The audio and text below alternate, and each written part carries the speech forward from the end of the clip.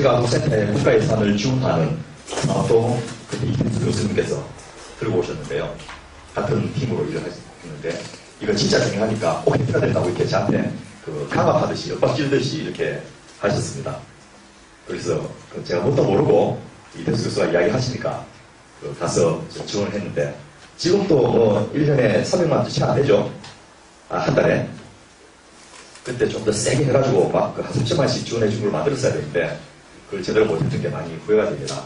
학교 사회복지사, 지금 교육복지사라고 이야기하죠. 그 사업도 그때 저희가 시작을 했었습니다. 처음으로 학교에 48개 학교에 배치한 것부터 시작해가지고 아직도 확산이 많이 안 됐습니다. 한 해에 15,000명의 청소년들이 지금도 죽어나고 있습니다. 자살 성공률이 30분의 1이라고 본다면 그 30배 되는 사람들이 지금 이 순간도 지금 곳에서 자살 시도를 하고 있습니다. 인구 저출산으로 굉장히 사회적 문제가 될 정도로 심각한 우리나라에서 젊은 애들이, 없다운 청춘들이 15,000명씩 해마다 사라지고 있습니다. 우리 학교 사회복지사들이 계시지만은 혼자서 대응할 수 있는 게 아니지 않습니까? 그래서 나와가지고 지역주민 통합 서비스 구축방 여러분 들어보시나요? 아마 사회복지 협의체를 포함해서 전체적으로 전국에 있는 읍면동 사무소를 사회복지 사무소로 변경하는 사업, 또 각 구청, 시청마다 주민생활 지원국을 만들어서 6국장에 하나씩 더 배치하고 지방자치단체의 기본 역할을 사회복지로 전환하는 사업, 이런 것들을 저희가 했었습니다. 3년 동안 연구를 했고 시행을 행정자치부한테 맡겼는데 그게 잘못이 아니었을까. 지방자치단체는 행정부 소관이니까 행정부에 맡겼는데 그런 게 아니고 아예 복지부에 맡기면 옳지 않습니까? 이런 반성도 하는데요. 어쨌든 그런 사업을 많이 했었습니다. 또 그 이전에 국민의 정부 시기에는 저희가 기초생활보장법, 여러분 잘 아시죠? 지금 1년에 7조 5천씩 나가는, 가난은 나라 행도 지하지 못한다는 그것을 극복하는 법안을 IMF라는 시대의 상황을 활용하고 또 김대중 대통령이라는 탁월한 지도자의 도움을 받아서 저희가 제공한 건 아니고 여러 시민사회단체와 전문가들 같이 해서 만들어냈습니다. 20년 동안 결론을 내지 못하던 건강보험 통합, 그것도 국민정부 때 저희가 만들어냈습니다. 또 말도 많고 말도 많던 의약분업, 저희가 당사자입니다. 그래서 우리 쪽에 있는, 저는 당연히 뒤에 숨어 있어가지고 별로 드러나진 않았는데요. 동료 교수로부터 땀을 맞기도 하고 여러 개에서 재능을 나가는 그런 고초를 겪으면서 의약분업을 만들어냈습니다. 그리고 지금 아마 또 하나의 보편적 복지로 손꼽히는, 우리나라 유일한 보편적 복지제도는 이제는 건강보험 하나밖에 없죠.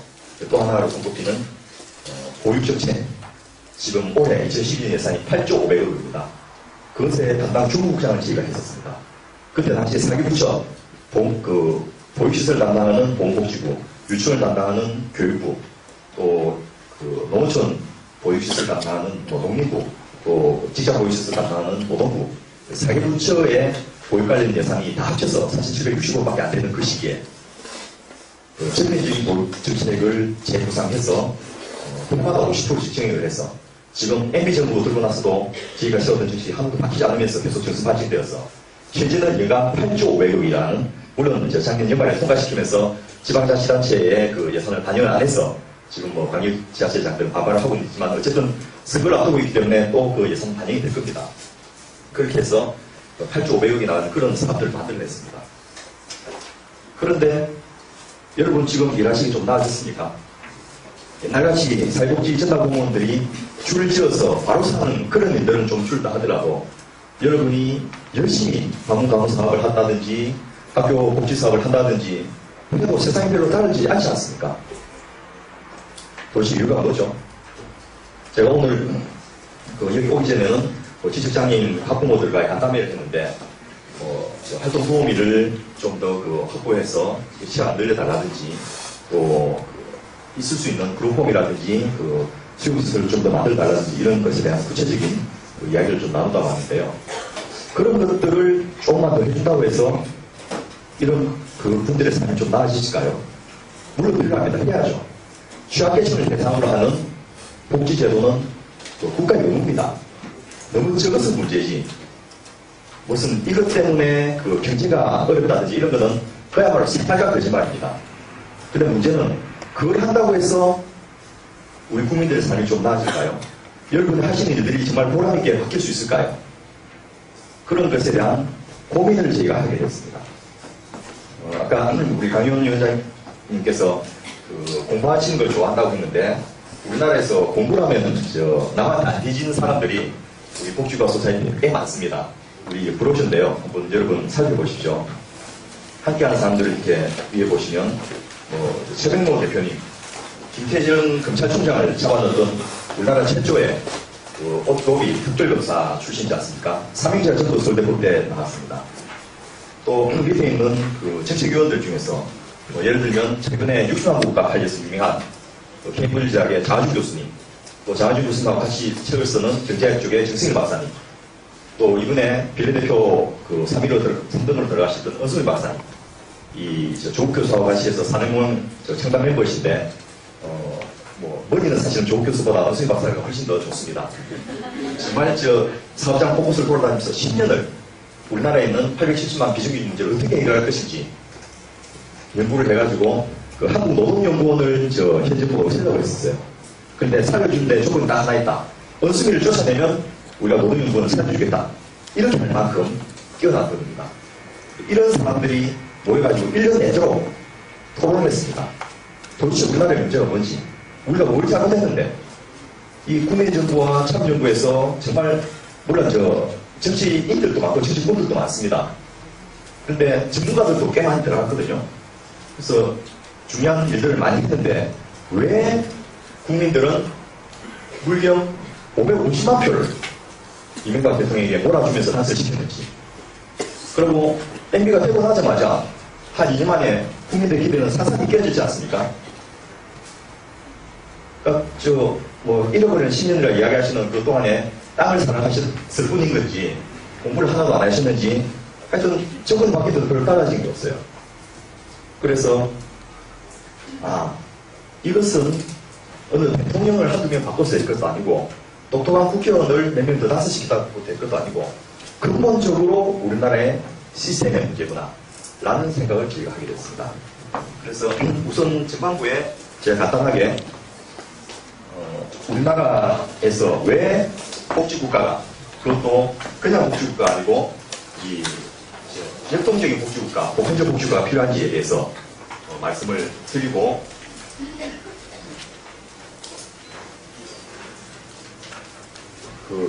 한 5분 정도 쉬고 이어서 본래 오늘의 강의 주제인 이 지역에서 복지를 어떻게 할 것인지에 대한 내용을 말씀드리도록 하겠습니다. 이거 분들해야지 들어가죠.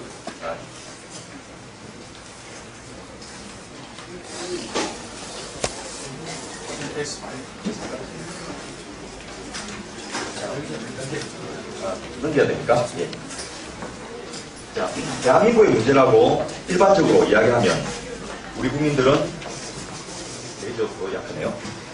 사회 경제적 양극화, 저출산 고령화, 성장 동력의 상실, 이런 것들에 대해서 이야기합니다. 여러분 동의하십니까? 근데 별로 와닿지 않죠? 다음 슬라이드. 실제로 우리나라의 성장과 분배의 문제는 심각합니다. 요 파란 선이 국내 총생산 GDP입니다. 지금 급격하게 계속해서 증가하고 있습니다. 세계 10위권의 경제 대국입니다. 대한민국은. 세계 10위권의 수출 대국입니다. 그런데 빨간 것이 취업 유발 개수인데요. 경기는 계속 성장하는데 취업 유발 개수는 점점 떨어지고 있어요. 300만이 넘는 청년 실업들, 바로 이 동평화가 다 알려주는 것입니다. 경제가 발전하면, 성장이 되면 우리 모두가 잘 살 수 있을 것이다 라고 이렇게 이야기하고, 먼저 파이를 키워야 되지 않느냐 라고 국민들을 끌어온 지가 지금 30년, 40년째인데 경제는 계속 성장하고 있는데 이 빨간 그래프 하위 20% 소득의 소득 점유율입니다. 우리나라 소득의 5분위 중에서 하위 20%의 국가 전체에서의 소득의 점유율인데요. IMF 때 뚝 떨어진 것을 제외하더라도 전체적으로 점점 떨어지고 있습니다. 못 산 사람들이 점점 더 못 사게 된다는 이야기입니다.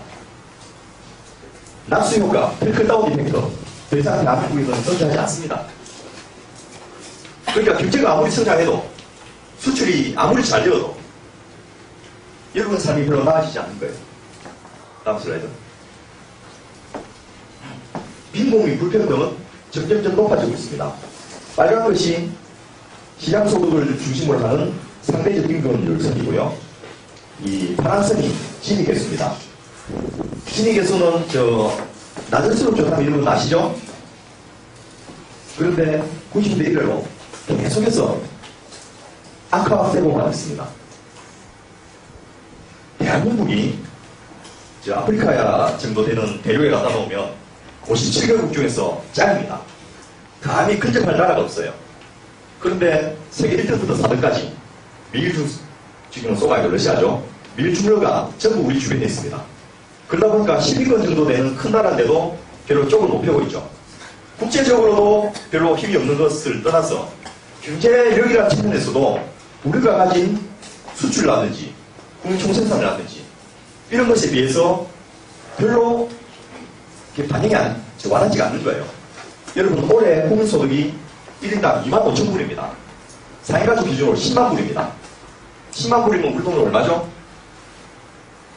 만 불이면 1,200만 원, 10만 불이면 1억 2천만 원. 여러분 4인 가족 기준으로 1억 2천만씩 버는 집 주변에 좀 있습니까? 없잖아요. 도대체 누가 그 돈 다 가져가죠? 통계가 수치가 그렇게만 할 일도 없는데 이상하지 않습니까?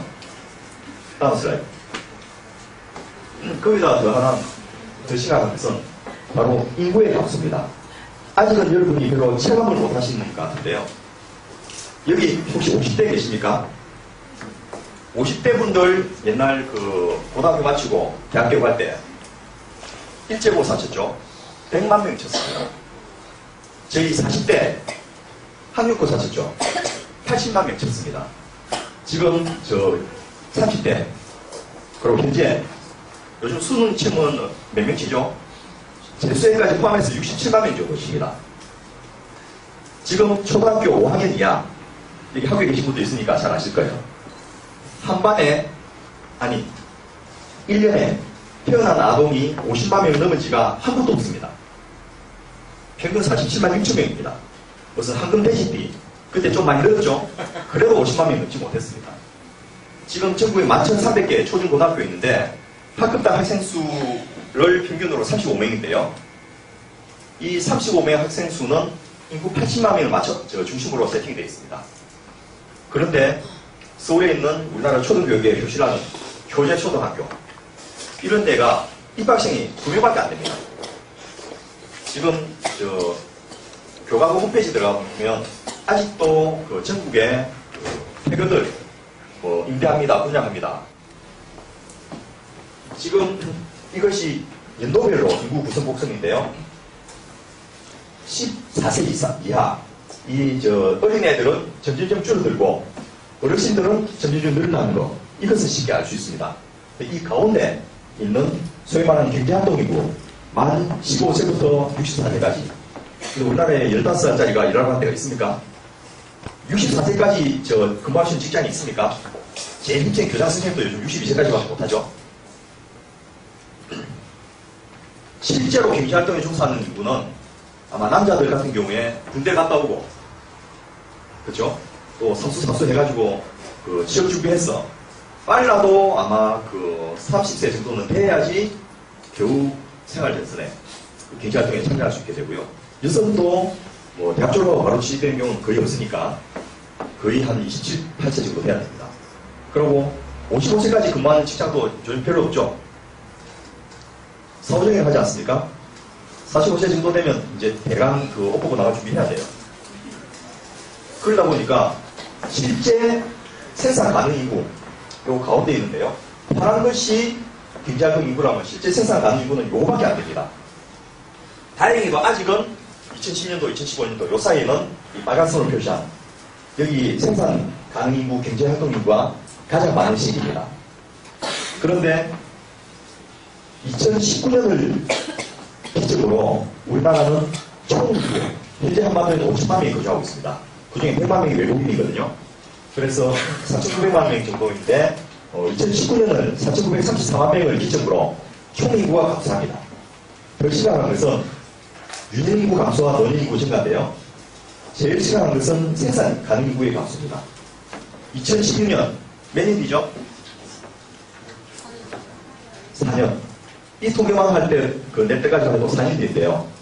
최근에 나온 자료가 올해 2012년부터 생산 가능 인구가 줄어든 것으로 나와 있습니다. 왜 줄어들죠? 애를 안 나오니까. 왜 안 낳죠? 애 한 명 낳아서 키우는데 2017년도 보사인 연구 결과에 따르면 1인당 2억 6천만 원. 애가 셋이라서 한 7억 정도 준비를 해야 되는데 앞에 가감합니다. 여러분도 마찬가지 아니겠어요? 젊은이들이 결혼을 안 하는 거, 결혼을 해도 애기를 놓지 않는 거, 합리적인 경제적 선택의 결과입니다. 왜 그렇게 되죠? 첫째, 취직이 안 되니까. 여기 아직 이혼부터 계시겠지만은, 사랑하는 사람이 생겨서 청혼을 하고 싶은데, 장인 어른들한테 허락을 하도록 해야 될 거 아닙니까? 그러면 장인 어른이 물으실 때에, 질문에 대한 답을 두 가지를 준비해야 됩니다. 첫 번째 질문. 그래, 자네 직장은 어디 다니나? 어디 비정규직으로 중소기업에 근무하고 있습니다. 이런 이야기 못하지 않습니까? 두 번째, 그걸 통과하면, 그래, 집은 있나? 부모가 자식 장가 보내려면 땡빛을 내서라도 재테크를 마련해줘야 됩니다. 세계 어디에서도 낳고 키워서, 대학 입시 준비시켜서, 대학 졸업시켜서, 그 다음에 취업 준비시켜서, 지입시켜서, 결혼시켜서, 애기까지, 손주까지 키워줘야지 부모의 역할이 끝난 나라가 아무 데도 없습니다. 한 군데 있죠. 대한민국. 여러분, 미국 영화 같은 데 보면 고등학교 졸업 파티가 굉장히 큰 행사죠. 왜 그렇죠? 고등학교까지 다니면, 부모 밑에 다니면, 첫째 부모가 애를 붙잡아 줄 생각이 없습니다. 나가는 것을 다양하게 생각하고, 애도 부모 밑에 있어야 될 이유가 없습니다. 혼자서 공부해서 살아야 돼요. 그게 만 18세 정도 되죠. 우리나라는 몇 살이죠? 28세면 굉장히 많은 거고요. 38세 정도 되어도 꽤 유능한 자식입니다. 그때까지 부모가 다 키워야 되는 거예요. 그래서 합리적 경제적 선택의 결과로 결혼을 안 하고 애기를 놓지 않는 겁니다. 왜냐하면요, 우리나라가 세계 교육의 최대 강국이라는 핀란드, 스웨덴 하고 똑같이 GDP 대비 7.2% 정도의 교육비를 쓰고 있습니다. 그런데 피사 수학능력 평가에서는 항상 1등 2등을 하는데 IMD 국제 교육 경쟁력 평가에서는 항상 55개국이 하면 55등 내지 54등 합니다. 비효율적인 교육제도를 갖고 있는 거예요. 청년들이 고등학교 졸업생의 85%까지 가다가 요즘 좀 줄었습니다. 82%. 왜냐? 대학 등록금 너무 부담스러워가지고 많이 못 가는데요. 세계 어디에도 이렇게 높은 대학 진학률을 가진 나라도 없습니다. 나오면 뭐 하죠? 나오면 거의 무술을 하죠. 일자리가 없습니다. 또 여행이 일자리 찾아서 들어간다 하더라도 언제 잘릴지 모릅니다. 의료와 주거비 부담이 너무너무 심각합니다. 우리나라 근로자들의 급여 수준이 OECD 평균에 비해서 별로 낮은 나라가 아닙니다. 실제로. 그런데 프랑스, 독일 이런 나라들은 훨씬 우리보다 잘 살지 않습니까? 왜 그렇죠? 월급은 비싸게 받는데. 그 이유를 한번 살펴볼까요? 다음 슬라이드. 자, 심각한 자살률과 불특정 다수에 대한 적개심도 앞에서 언급했지만은 카이스트 학생들의 연이은 자살 잘 아실 거고요. OECD 기준으로 우리나라 자살률은 10만 명당 28.4명인데 회원국 평균보다 3배 정도의 그냥 1등이 아니고 탁월한 1등입니다. 전년 대비 19.9% 증가했는데 하루 평균 42.2명. 그래서 2009년도 같은 경우에 총 자살자가 1만 5천 명. 지금도 요 선에서 왔다 갔다 합니다. 그보다 더 심각한 것은 대검찰청의 범죄분석 자료를 봤더니 살인 혐의로 기소된 1208명 중에서 47.7% 반이 왜 사람을 죽였냐고 물어봤더니 그냥 홧김에 기분이 나빴어. 이렇게 답을 했습니다. 살인만 갖고는 너무 극단적이니까 그럼 폭행으로 한번 살펴보자. 15만 8천 명 중에서 6만 4천 명, 40%가 또 상위 인명을 투성된 11만 6천 명 중에서 76.1%가 그냥 화가 난다는 이유로 사람을 깨고 때리고 죽이고 부수고 이렇게 한다는 겁니다. 정신의학적으로는 여기 정신보건센터 입원하신 분도 있으니까 잘 아시던데요. 이 두 가지가 같은 원인입니다. 인트로젝션, 마음이 착하고 여린 사람은 그 엄청난 억압과 스트레스, 분노를 밖으로 분출하지 못하니까 자기 자신에게 투사합니다. 그러면 그냥 내가 죽고 말지 아파트 옥상에 올라가는 겁니다. 조금 신체가 굵고 강한 사람은 내가한테 이 고통을 증가하기보다는 남한테 투사합니다. 의학적으로 프로젝션이라고 합니다. 남을 패든지 때리든지 왕따시키든지 죽이든지. 학교에서 왕따시키는 가해 학생들, 사실 피해 학생들하고 별로 다르지 않습니다. 엄청나게 학업 스트레스, 부모로부터의 스트레스, 친구들로부터의 스트레스, 이런 것에서 자기 자신을 보호하기 위해서 의학적으로 셀프 디펜스 메커니즘을 그러죠. 자방어기제. 우선은 무슨 인터넷 게임 같은 거 들어갑니다. 내 엄마가 늦게까지 못하게 하죠. 그 다음 하는 것이 바로 남에게 투사하는 겁니다. 남을 팸으로써 때리고 왕따시킴으로써 스스로를 보호하고 위안을 얻는 겁니다. 이런 것이 너무나 많이 난 대한민국은 정말 살아가기 힘든 그런 사회가 되어버렸습니다. 다음 슬라이드. 심각한 사회경제적 양극화인데요. 20%, 사실 20%도 아니죠. 상위 한 10몇 개 기업, 어마어마하게 수출이 잘 되고, 호황이고, 정규직들, 현대자동차 근로자들 평균 연봉이 7천, 8천씩 되지 않습니까? 블루칼라가. 세계 수출 9위고, 경제 성장률, 작년에 36% 했는데, 1%, 2%가 평균입니다, OECD가. 2%도 많은 거예요. 4% 한 나라가 OECD 국가중에 없습니다. 한국이 최고거든요. 외환보유고 3천원. 또 기업의 사내 유보금이 500조. 지금 더 늘었죠. 그런데 무슨 208 가리마도 아니고 나머지 80%. 여기는 엄청난 내수 실체. 또 전체 고용의 88%를 차지하는 중소기업은 대부분 제대로 장사되는 데가 없습니다. 그냥 회사 문 닫으려니까 대안이 없어가지고 그냥 하고 있는 겁니다. 그나마 수도권에 있는 중소기업 공장들은 땅값이 더 오르니까 그걸 기대하는데, 우리 강주나 이런 쪽에 있는 공장들은 특정 몇 개 빼고는 사실은 땅값도 가망이 없습니다. 전체 근로자 760만 명이 아닌 870만 명이 비정규직입니다. 비정규직의 평균급여는 정규직의 반밖에 안 됩니다. 잘 아시죠? 카드 대란, 소액 금융 문제, 무슨 부산 저축은행 사건, 한진중공업, 농촌. 김진수 씨가 열심히 해가지고 한진중공업 문제는 일단 해결됐는데, 그거로 공인가직이 보장이 됩니까? 쌍유 자동차는 어떻게 하죠?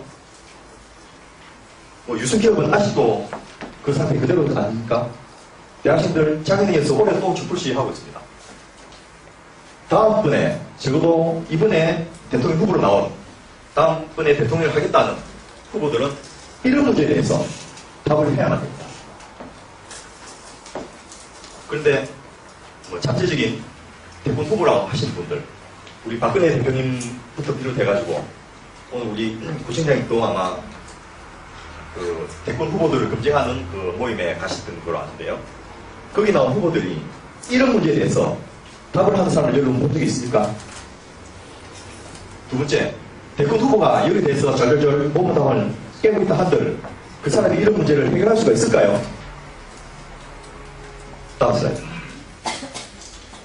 어느 도시불자가구의 월 평균 지출액, 이 하나를 봅시다. 독일의 노동자가 중동의 기름값이 올라서 원유값이 계속 오르고 있는데 생활이 어려워졌다는 이야기 들은 적 있습니까? 프랑스의 중산층 가구가 무슨 원자재 가격이 올라서 곡물 가격이 올라서 생활이 어려워졌다는 이야기 들어본 적 있습니까? 수출 의존도가 우리나라보다 훨씬 더 높은 나라들도 많습니다. EU 국가 중에는. 근데 그 나라들은 원유값 상승이나 원자재값 상승에 대해서 별로 영향을 받지 않지 않습니까? 왜 그렇죠? 우리나라는 중간에서 기침하면 한국은 독감 들여야 됩니다. 조금만 오르면 엄청나게 오릅니다. 왜 이런 상황이 됐죠? 중국이 경제 성장이 심해가지고 갑자기 모든 철강과 기금속을 다 매집매석을 해버려가지고 이 원자재 가격이 오른다고 이렇게 이야기하는데 사실입니까? 그리고 원자재 가격이 오르고 기름값이 오르면 국민들은 계속 그것을 부담을 해야만 될까요? 쉽게 말해서 여러분 그 텔레서전에 모 정유기업은 86%를 수출하는 기업입니다. 석유 한 방울 나지 않지만은 한국은 석유를 재가공해갖고 수출합니다. 라고 선전을 하지 않습니까? 맞거든요. 원유를 수입해가지고 정제해서 가공해서 다시 팝니다. 원유값이 오르면 제조제품값도 오르기 때문에 국민들이 원유 가격에 부담을 지어야 될 이유가 없습니다. 두 번째, 원유를 가지고 여러분 입고 있는 옷, 안경 전부 나프타로 만들지 않습니까? 원유값이 오르면 나프타 가격도 올라서 모든 생필품 가격이 올려야 된다. 사실입니까?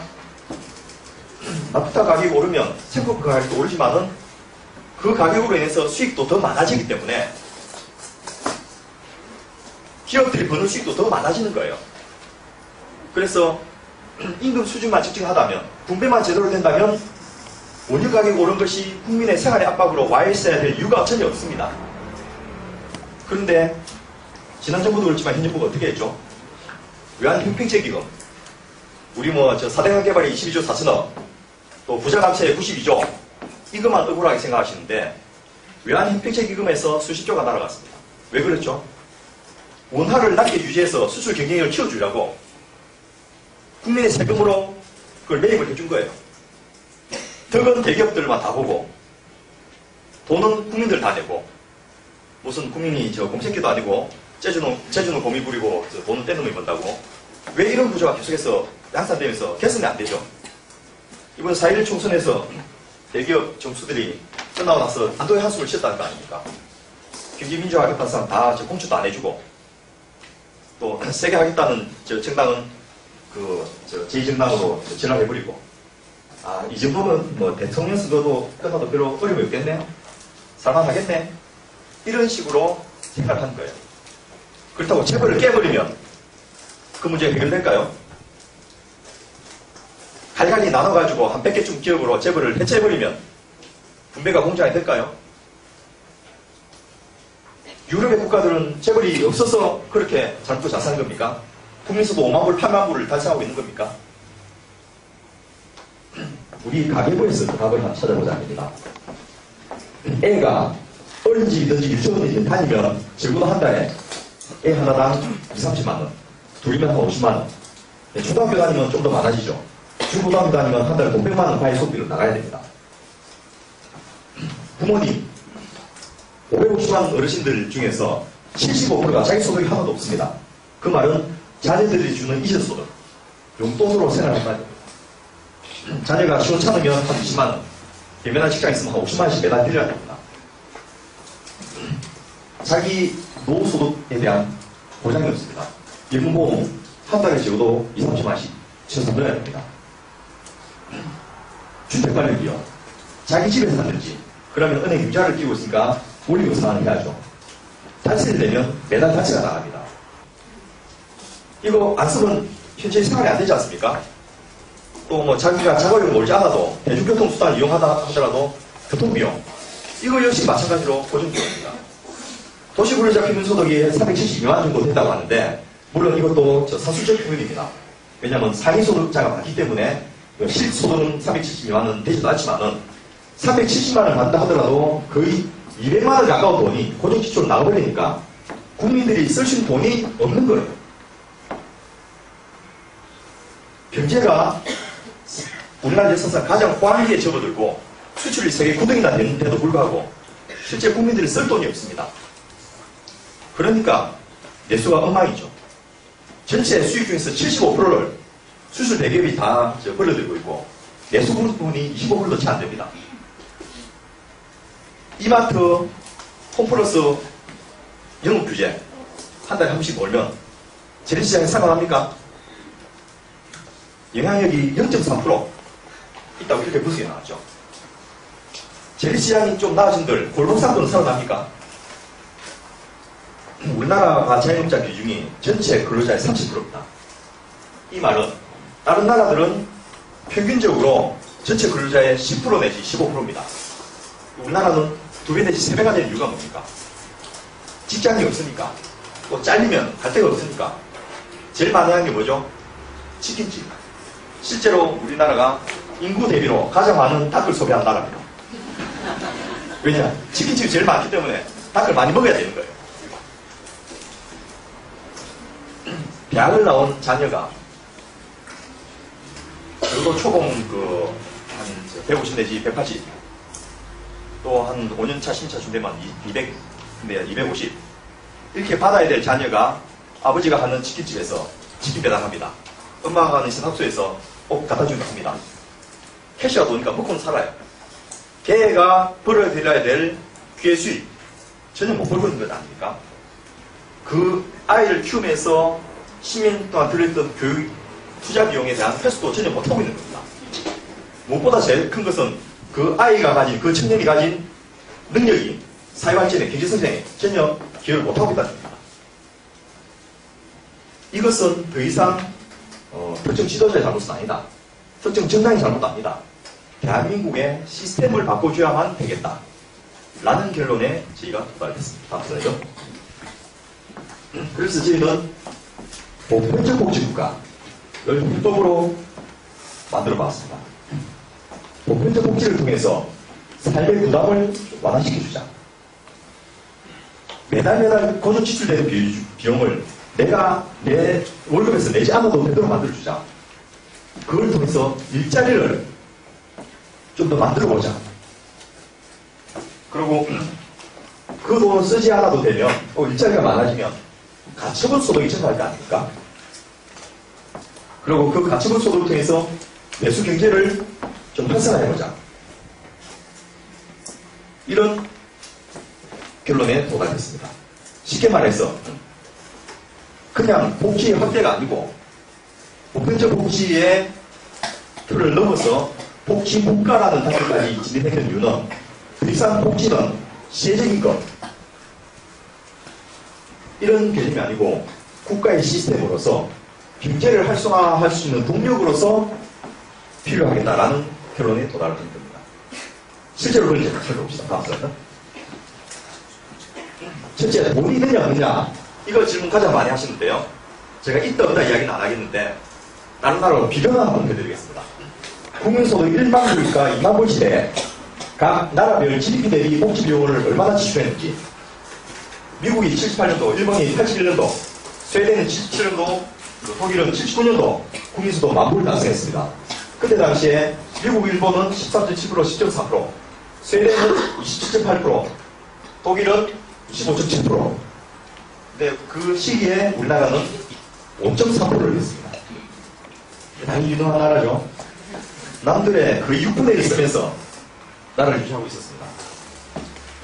97년도 IMF 앞에서 내려앉았다가 2002년도에 다시 한번 만불 달성했죠. 그리고 2만 불 시기에 일본, 미국은 87, 88년도에 각각 11, 14.1%, 11.3%를 썼는데 스웨덴 같은 나라는 32.2%, 프랑스 같은 나라는 30%를 썼습니다.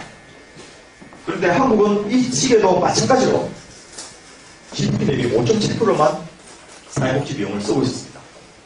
물론 여기서의 사회복지라는 것은 현재 여러분이 조사하고 있는 그런 사회복지가 넘어서서 광의의 복지입니다. 어떻게 우리나라 지도자들은 머리가 좋고 능력이 뛰어나서 남들의 3분의 1 내지 4분의 1만 쓰면서 나라를 유지할 수 있을까요? 프랑스나 독일, 또 스웨덴 같은 나라는 지도자들이 무슨 능력이 모자라가지고 이렇게 엄청난 돈을 쓰면서 나라를 유지하고 있을까요? 돈이 남아돌아서 그럴까요? 그것이 아니고 이 국민소득 이 시기에 이 정도의 비용을 쓰는 것이 합리적이기 때문입니다. 그것이 경제에도 도움이 되기 때문입니다. 그런데 우리나라는 남북대치관계라는 빌미하에 또 경제성장이라는 빌미하에 국가의 역할을 반개해버린 겁니다. 그러니까 젊은이들이 일자리가 없는 거죠. 국민들이 엄청난 비용을 매달 생활을 위해서 지출해야만 되는 겁니다. 다음 슬라이드. 첫째, 교육을 제가 예로 한번 들어보겠습니다. 여기 학교에 계신 선생님들도 많이 계시니까요. 다음 슬라이드 한번 봅시다. 우리나라 초중고등학교가 1,300개 있다고 아까 말씀드렸습니다. 학생 수가 698만 명이 있습니다. 옛날에 900만 명이었다가 지금 690만 명, 700만 명 됩니다. 지금 5학년 애들이 고등학교까지 가면 500만 명이 됩니다. 엄청나게 줄어들고 있죠. 교사 숫자가 42만 2천 명이 있습니다. 그래서 한국당 학생 수는 28.6명, 35명인데 OECD 평균은 22.5명, 19.9명입니다. 이것이 바로 한국의 교육의 질이 낮은 결정적인 이유 중에 하나입니다. 여러분 여기 교대 4대 졸업한 분들 꽤 계실 겁니다. 우리나라의 교대 4대 정원 티오가 3만 개입니다. 근데 17년 전부터 불행히도 여기 들어가시는 모든 분들은 들어갈 때부터 90%가 백수가 보장되어 있습니다. 왜냐? 시즌al 베리에이션, 해마다 좀 많고 적고는 있지만 평균적으로 3,000명 이상을 고용한 적이 한 번도 없습니다. 그런데 티오는 3만 개예요. 27,000명은 졸업하자마자 백수가 되라는 이야기입니다. 교육부가 그걸 모르겠습니까? 고용하고 싶죠. 그런데 고용해봤자 학생 수가 점점 줄어드니까 41만 2천 명의 선생님들도 30%는 신입내에 잘라버려야 됩니다. 그것이 올바른 해답일까요? 이걸 바로 만들어버리자. 이런 정책을 세워왔습니다. 그랬더니 지금도 철밥통 선생님들 비워 주겠는데 그 선생님 숫자를 더 늘리지 않으려냐 하면서 엄청난 반발이 오고 있습니다. 그럼에도 불구하고 저희는 그걸 하자고 합니다. 왜냐? 지금 교육의 문제는 대학 입시도 문제지만요, 사교육비도 문제지만 더 큰 것은 교육의 질이 너무 낮다는 겁니다. 대한민국에서 교육을 받아가지고는 서바이벌 할 수도 없는 거예요. 지금 인구 비례로 한국이 미국 유학생 중에서 2등입니다. 넷대로는 숫자로는 2등인데요. 인구 비례로는 중국이 1등이기 때문에 인구 비례로는 한국이 탁월한 1등입니다. 그런데 한국에서 미국 유학 간 유학생들의 특징 중에 하나가 숫자도 가장 많지만 중도 탈락률이 가장 높은 나라였거든요. 전체 10만 명 중에서 25%가 중간에 못 배기고 다 그만둬버립니다. 왜냐? 계속해서 선행학습 통해서 배워왔거든요. 과외수업 통해서 직업을 해왔거든요. 그러니까 미국의 대학 가니까 선행학습이 없는 거예요. 과외 선생님도 없어요. 그랬더니 우리나라 엄마들 중에서는 또 아예 애를 유학 보낼 때 과외 선생까지 딸려서 유학 보내는 분도 계시더만요. 근데 뭐 그런 분들이 많지가 않다 보니까 한국 유학생들이 제일 공부를 못 따라가는 나라에 속한 거예요. 미국 유학 같은 사람이 못 따라가는 사람은 없는데 국내에 생산되는 인력들이 질이 너무 낮아가지고 산업적 요구, 경쟁력 요구에 부응하지 못하는 거예요. 언제까지 이렇게 살아야 됩니까? 옛날에 우리가 2등, 3등 하면서 남 따라올 땐 괜찮은데 삼성전자, 이건희 회장이 스스로 그렇게 하지 않습니까? 10만 명을 먹이 살릴 수 있는 인재를 양성하자. 또 이명박 대통령께서 왜 우리나라는 닌텐도 같은 걸 못 만드느냐? 주입식 교육으로는 닌텐도 못 만들어요. 빌 게이츠 같은 사람이 안 나서거든요. 페이스북 만든 그런 사람이 우리나라 교육제도에서는 행해낼 수가 없는 거예요. 그러려면 어떻게 해야 되냐? 창의적인 교육이 가능해야지 됩니다. 교육의 질은 여러분 사회복지기관에 조사하신 분 마찬가지겠습니다만 명백하게 교사의 수치하고 교사의 수준입니다. 그렇지 않습니까? 강의실의 알몸질 좋고 시청각 기자재가 아무리 잘 되어 있는 것이 문제가 아니고 얼마나 좋은 교사가 얼마나 제대로 된 아이들을 교육시키냐가 교육의 질을 좌우합니다.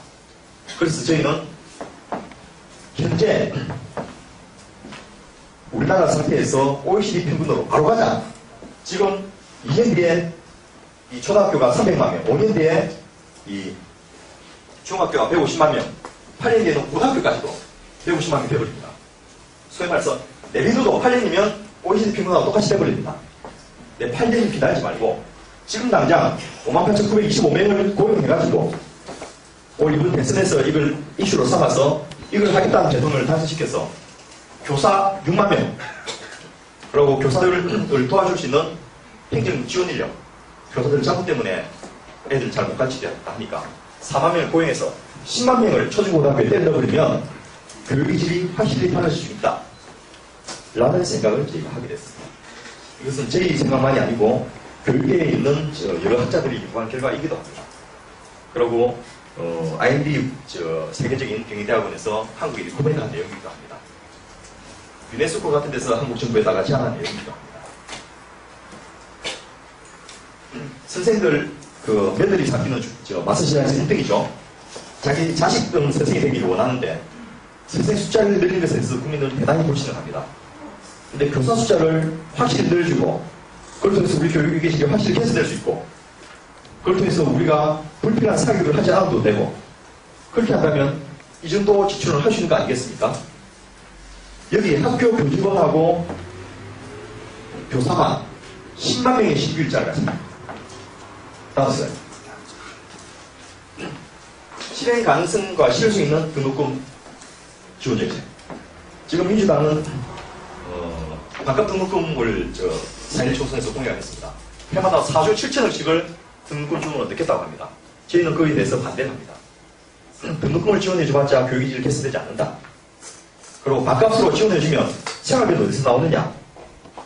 그리고 85%나 대학에 가는 나라에서 등록금을 계속 지원해주는 것은 의미가 없다.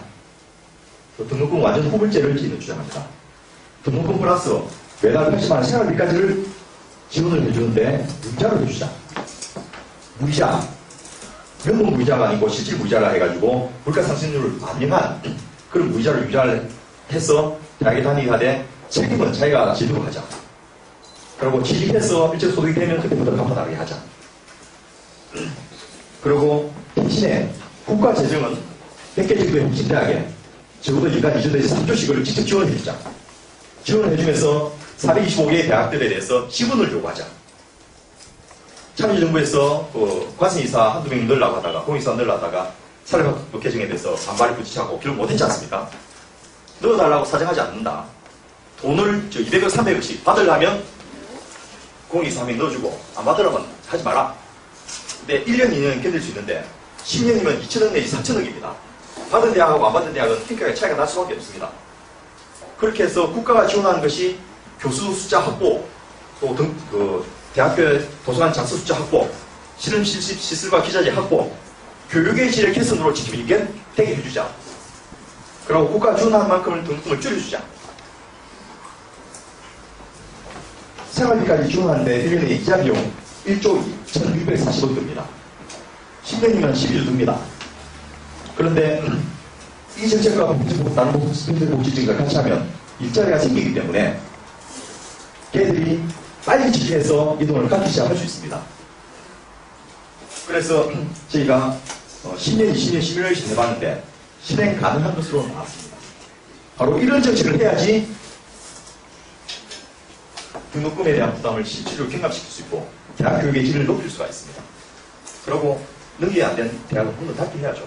그리고 또 하나는 대학에 가지 않아도 취직해서 살아가는데 불편 없도록 만들어주는 정책도 같이 가야 된다는 겁니다. 이런 것이 그야말로 실행 가능한 정책인데요. 지금 우리나라에 아까 말씀드렸던 미국에서 박사를 하고 백수 박사들이 10만 명이 졸업을 합니다. 주로 뭐 하죠? 대학교 시간을 하죠. 이런 사람들을 국가 지원하는 대학이나 공립대학에 수천 명씩 채용해서 아예 사립학교에다가 파견을 해줄 수도 있습니다. 그래서 대학 교육의 질을 높이면서 이분들이 사립학교에 대해서 일정 정도 같이 한국 역할도 할 수 있고요. 제일 중요한 것은 학생들을 양질의 수업을 받을 수 있게 해주자는 겁니다. 바로 이런 것이 우리나라에서 필요한. 프랑스는 육상학생 운동 이후로 대학들을 싸그리 다 국유화를 해버렸죠. 소르본 대학, 파리 대학 이런 거 없어진 거 여러분 아시죠? 제1대학, 제7대학, 8대학 이렇게 돼 있는데요. 국유화를 해버리니까 등록금을 국가가 다 대줍니다. 28만 원이나 35만 원 정도의 학생회비만 내면 학교 마음대로 다닐 수 있습니다. 우리나라에서 사립대학을 국유화하겠다면 난리가 나겠죠. 헌법 위반입니다. 근데 대학 교육은 공공성이 너무 높아요. 사립대학에 맡겨놓기가 한계가 있습니다. 적어도 국가가 재정을 지원하면서는 맡겨놓을 수가 없습니다. 그러면 소유권은 대학 재단이사에 맡겨놓는다 하더라도 거기에 공익이사들이 3분의 1, 50% 그럼 이거는 더 이상 사립대학이 아니에요. 공공대학이 된다는 겁니다. 우리 광산구에 있는 대학이 만약 하나 있다면 여기 광산구청장이 또 우리 강연위원이 이런 분들이 재단이사에 들어간 거예요. 그러면 1조원씩 쌓아두고 있는 그 대학의 재단 유보금 이거 꺼내다가 교육 개선에 쓰려고 할 거 아닙니까? 애들 장학금 주려고 할 거 아닙니까? 그리고 재단 이사장이 돈 빼먹고 달라는 거 막아줄 거 아닙니까? 이사장 아들이 스포츠카 타고 다니면서 돈 낭비하고 눈사랑에 돈 뿌리는 거 이런 거 다 가시가도 해줄 거 아닙니까? 다른 국가가 공무원을 채용해서 그 역할을 하지 않아도 시스템이 되게 만들 수 있다는 겁니다. 다음 슬라이드. 건강보험 하나로 마지막 강의 오실 오건우 의원님도 우리 하나로 운영위원이신데요. 의료비 부담 횟수와 동시에 일자리를 어떻게 창출하는지 볼까요? 구청에 오셨나요? 네. 한 2분만 더 보겠습니다. 우리나라의 민영 의료보험 규모는 그 손해보험하고 그 다음에 생명보험하고 두 가지가 있는데요.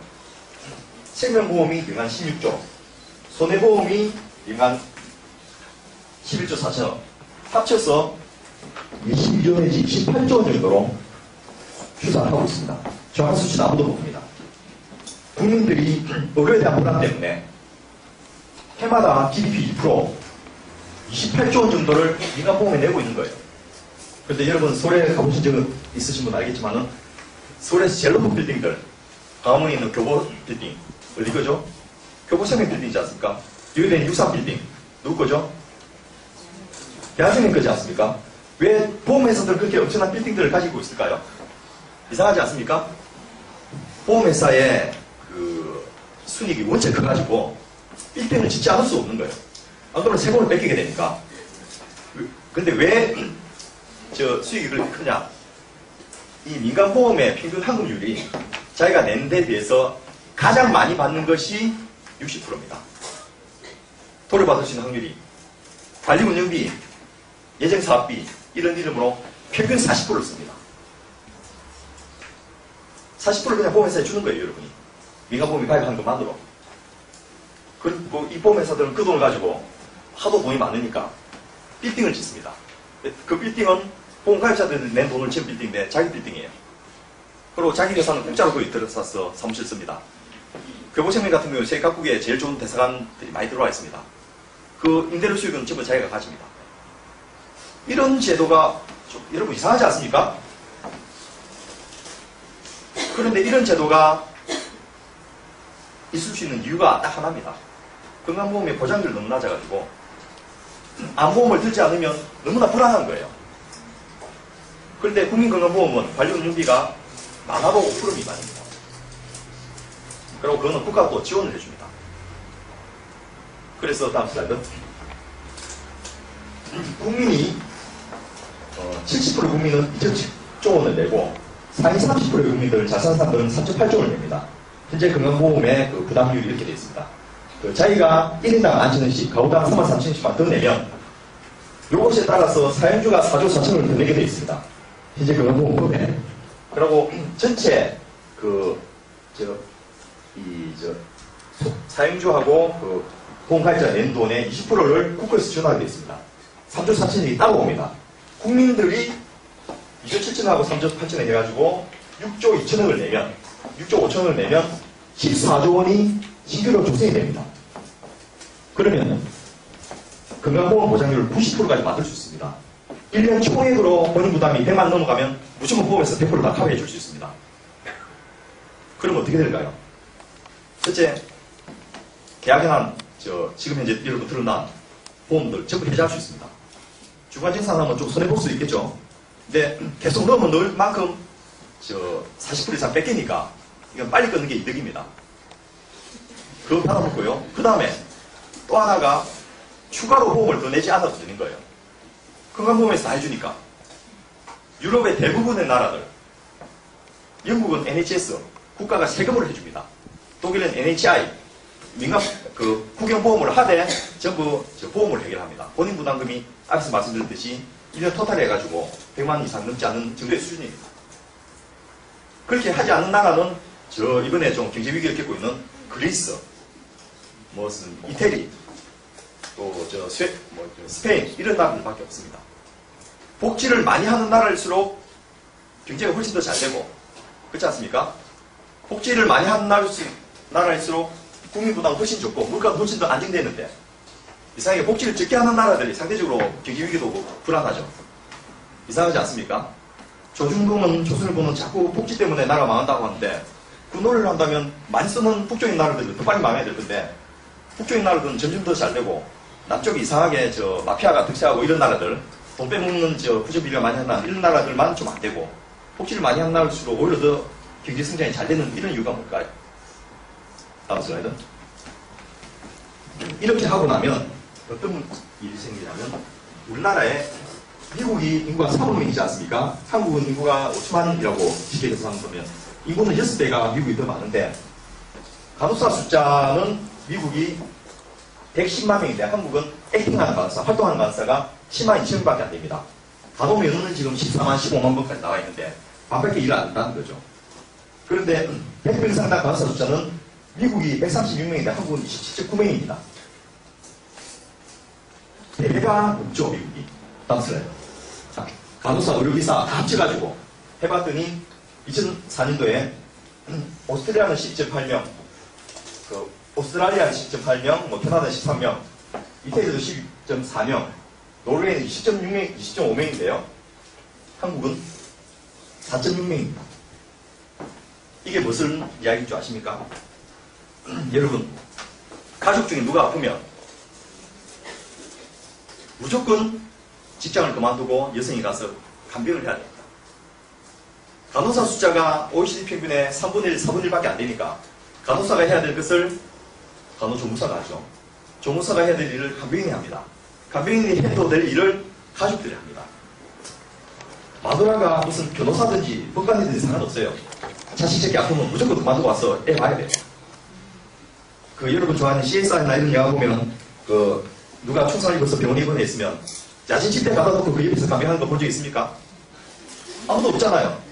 우리나라는 그게 당연한 걸 생각하죠. 왜 그렇습니까? 의료인력 숫자가 너무 적기 때문이에요. 다음 슬라이드. 우리가 OECD 평균까지를 2010년도에 도달하는 것으로 해가지고 인구 1000명당 2명씩을 좀 늘려가보자. 이렇게 하면 우리나라에 있으면 39만 4천 명의 신규 고용이 있다는 겁니다. 39만 4천 명이 고용해야 될 것을 안 하고 있으니까 그 부담을 주부들이 오롯이 다 지고 있는 겁니다. 39만 4천 명이 적어도 이 병원조사 인력에서만 없으니까 젊은이들 일자리도 없는 거예요. 그래서 2월달, 3월달은 가족들을, 의료인들을 병원에 보내지 않습니다. 인턴도 초짜, 레슨트도 초짜, 간호사도 초짜거든요. 그래서 그 시기에는 혈관암 잡으려면 바늘 3번, 4번 찔러야 됩니다. 그런데 한 10년쯤 돼가지고 허리도 굵고 머리도 빡빡하고 이런 분들은 눈 감고 뒤로 던져도 바늘이 지가 알아서 혈관 찾는 거예요. 그런데 그런 분들 병원에 별로 남아있지 않죠. 수간호사는 하나밖에 없거든요. 모두당, 병동당. 왜 남아있지 않죠? 그 사람 한 명을 고용하는데 비용도 젊고 날씬하지만은 이쁘지만은 임금비는 3분의 1밖에 안 되는 간호사 신조를 3명을 고용할 수 있기 때문입니다. 3명을 고용하지 말라는 것이 아니고 연세 드시고 경력이 있는 분이 고용을 계속 유지하고 있어야지 국민들의 양질의 서비스를 받을 수 있게 되는 것이고, 그런 분들 포함해가지고 전체적으로 39만 명 정도의 인력이 고용돼 있어야지 여러분이 제대로 된 의료 서비스를 받을 수 있다는 겁니다. 그래서 건강보험 하나로 하면서 보장률 90%까지 높인 것과 동시에 바로 이런 부분의 인력을 제대로 채용하는 그런 사업을 하자는 겁니다. 다음 슬라이드. 보육, 의료, 주거, 노인복지 이런 분야별로 보편적 복지의 과제들이 굉장히 많습니다. 그런 걸 통해서 우리나라가 어떤 변화가 생기게 되느냐. 첫째, 인적 자원이 앞서 말씀드렸지만은 교육 부분에 교사를 확충하고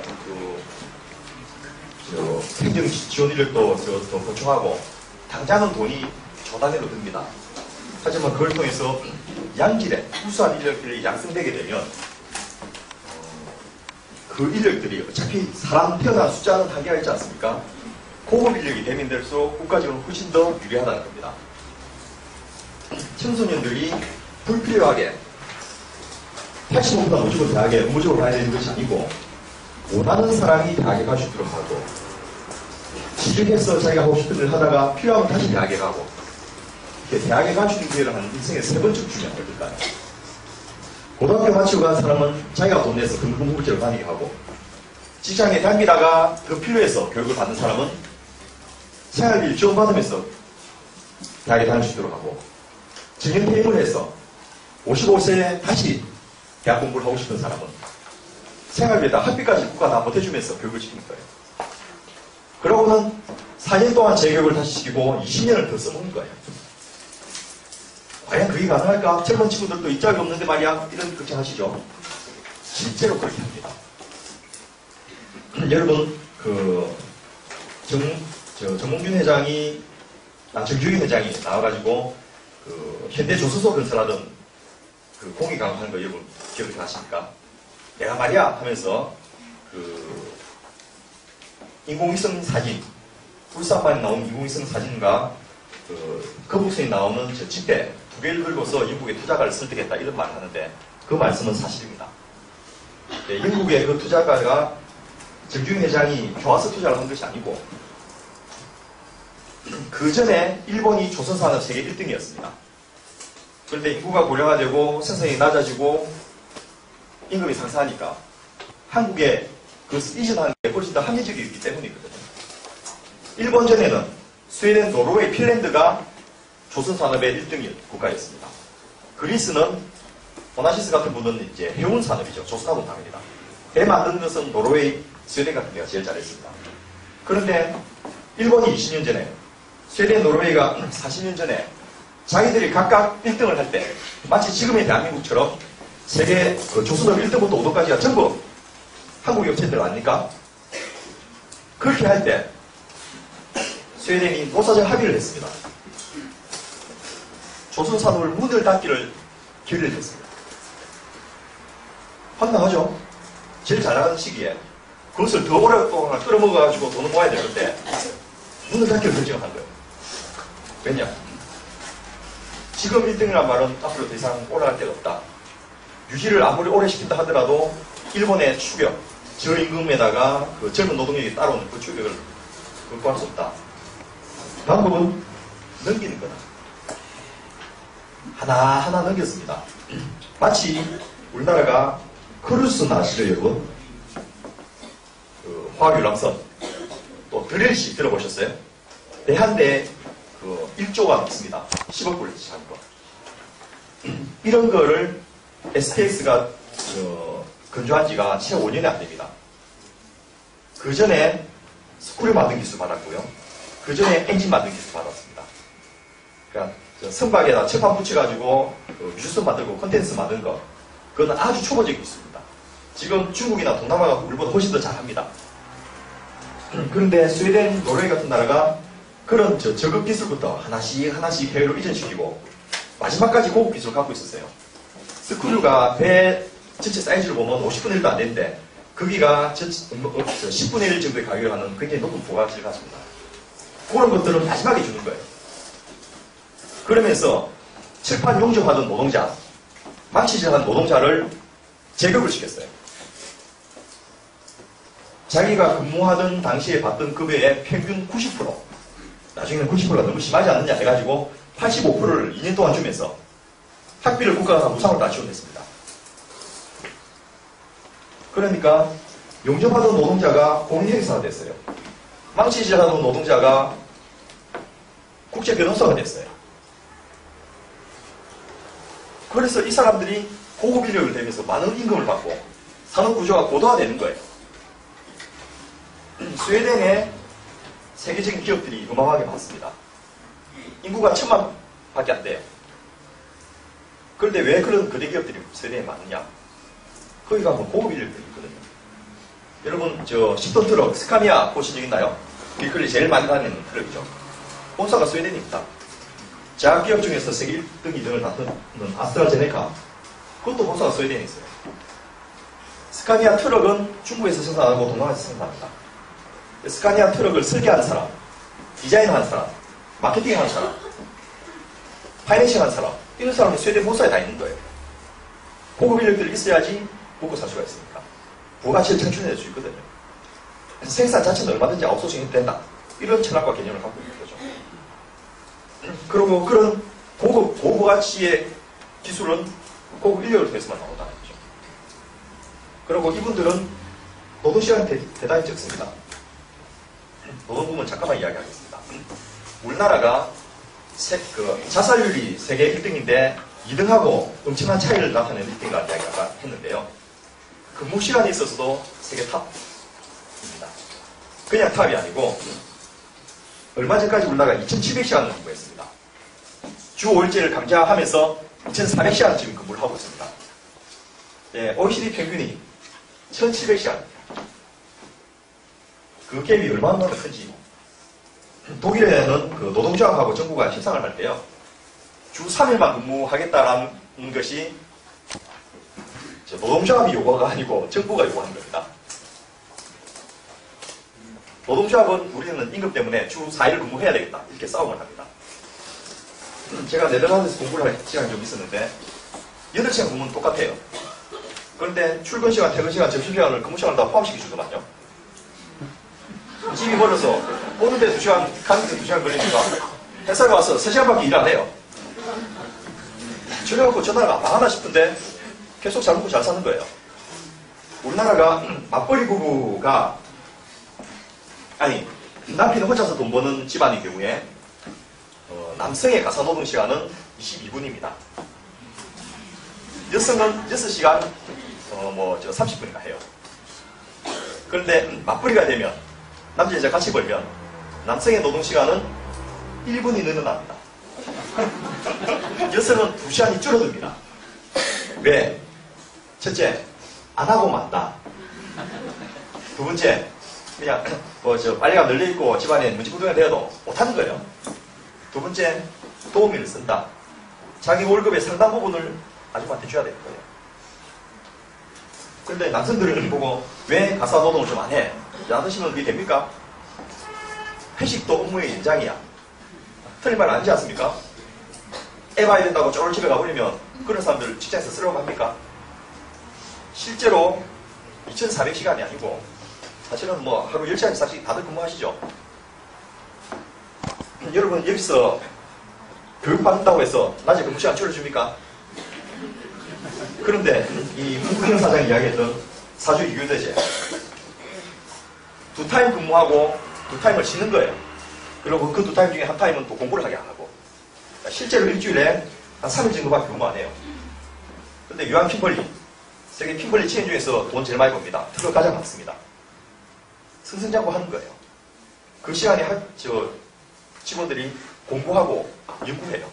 특허가 가장 많은 기업 중에 하나입니다. 우리나라가 남 따라올 때는 열심히 그냥 하면 됐어요. 지금은 여러 분야에서 세계 1등이 되기 시작하는 거예요. 그러면 남을 앞서가야 되거든요. 앞서가려면 창조력이 필요해요. 창조를 하려면 쉬어야 돼요.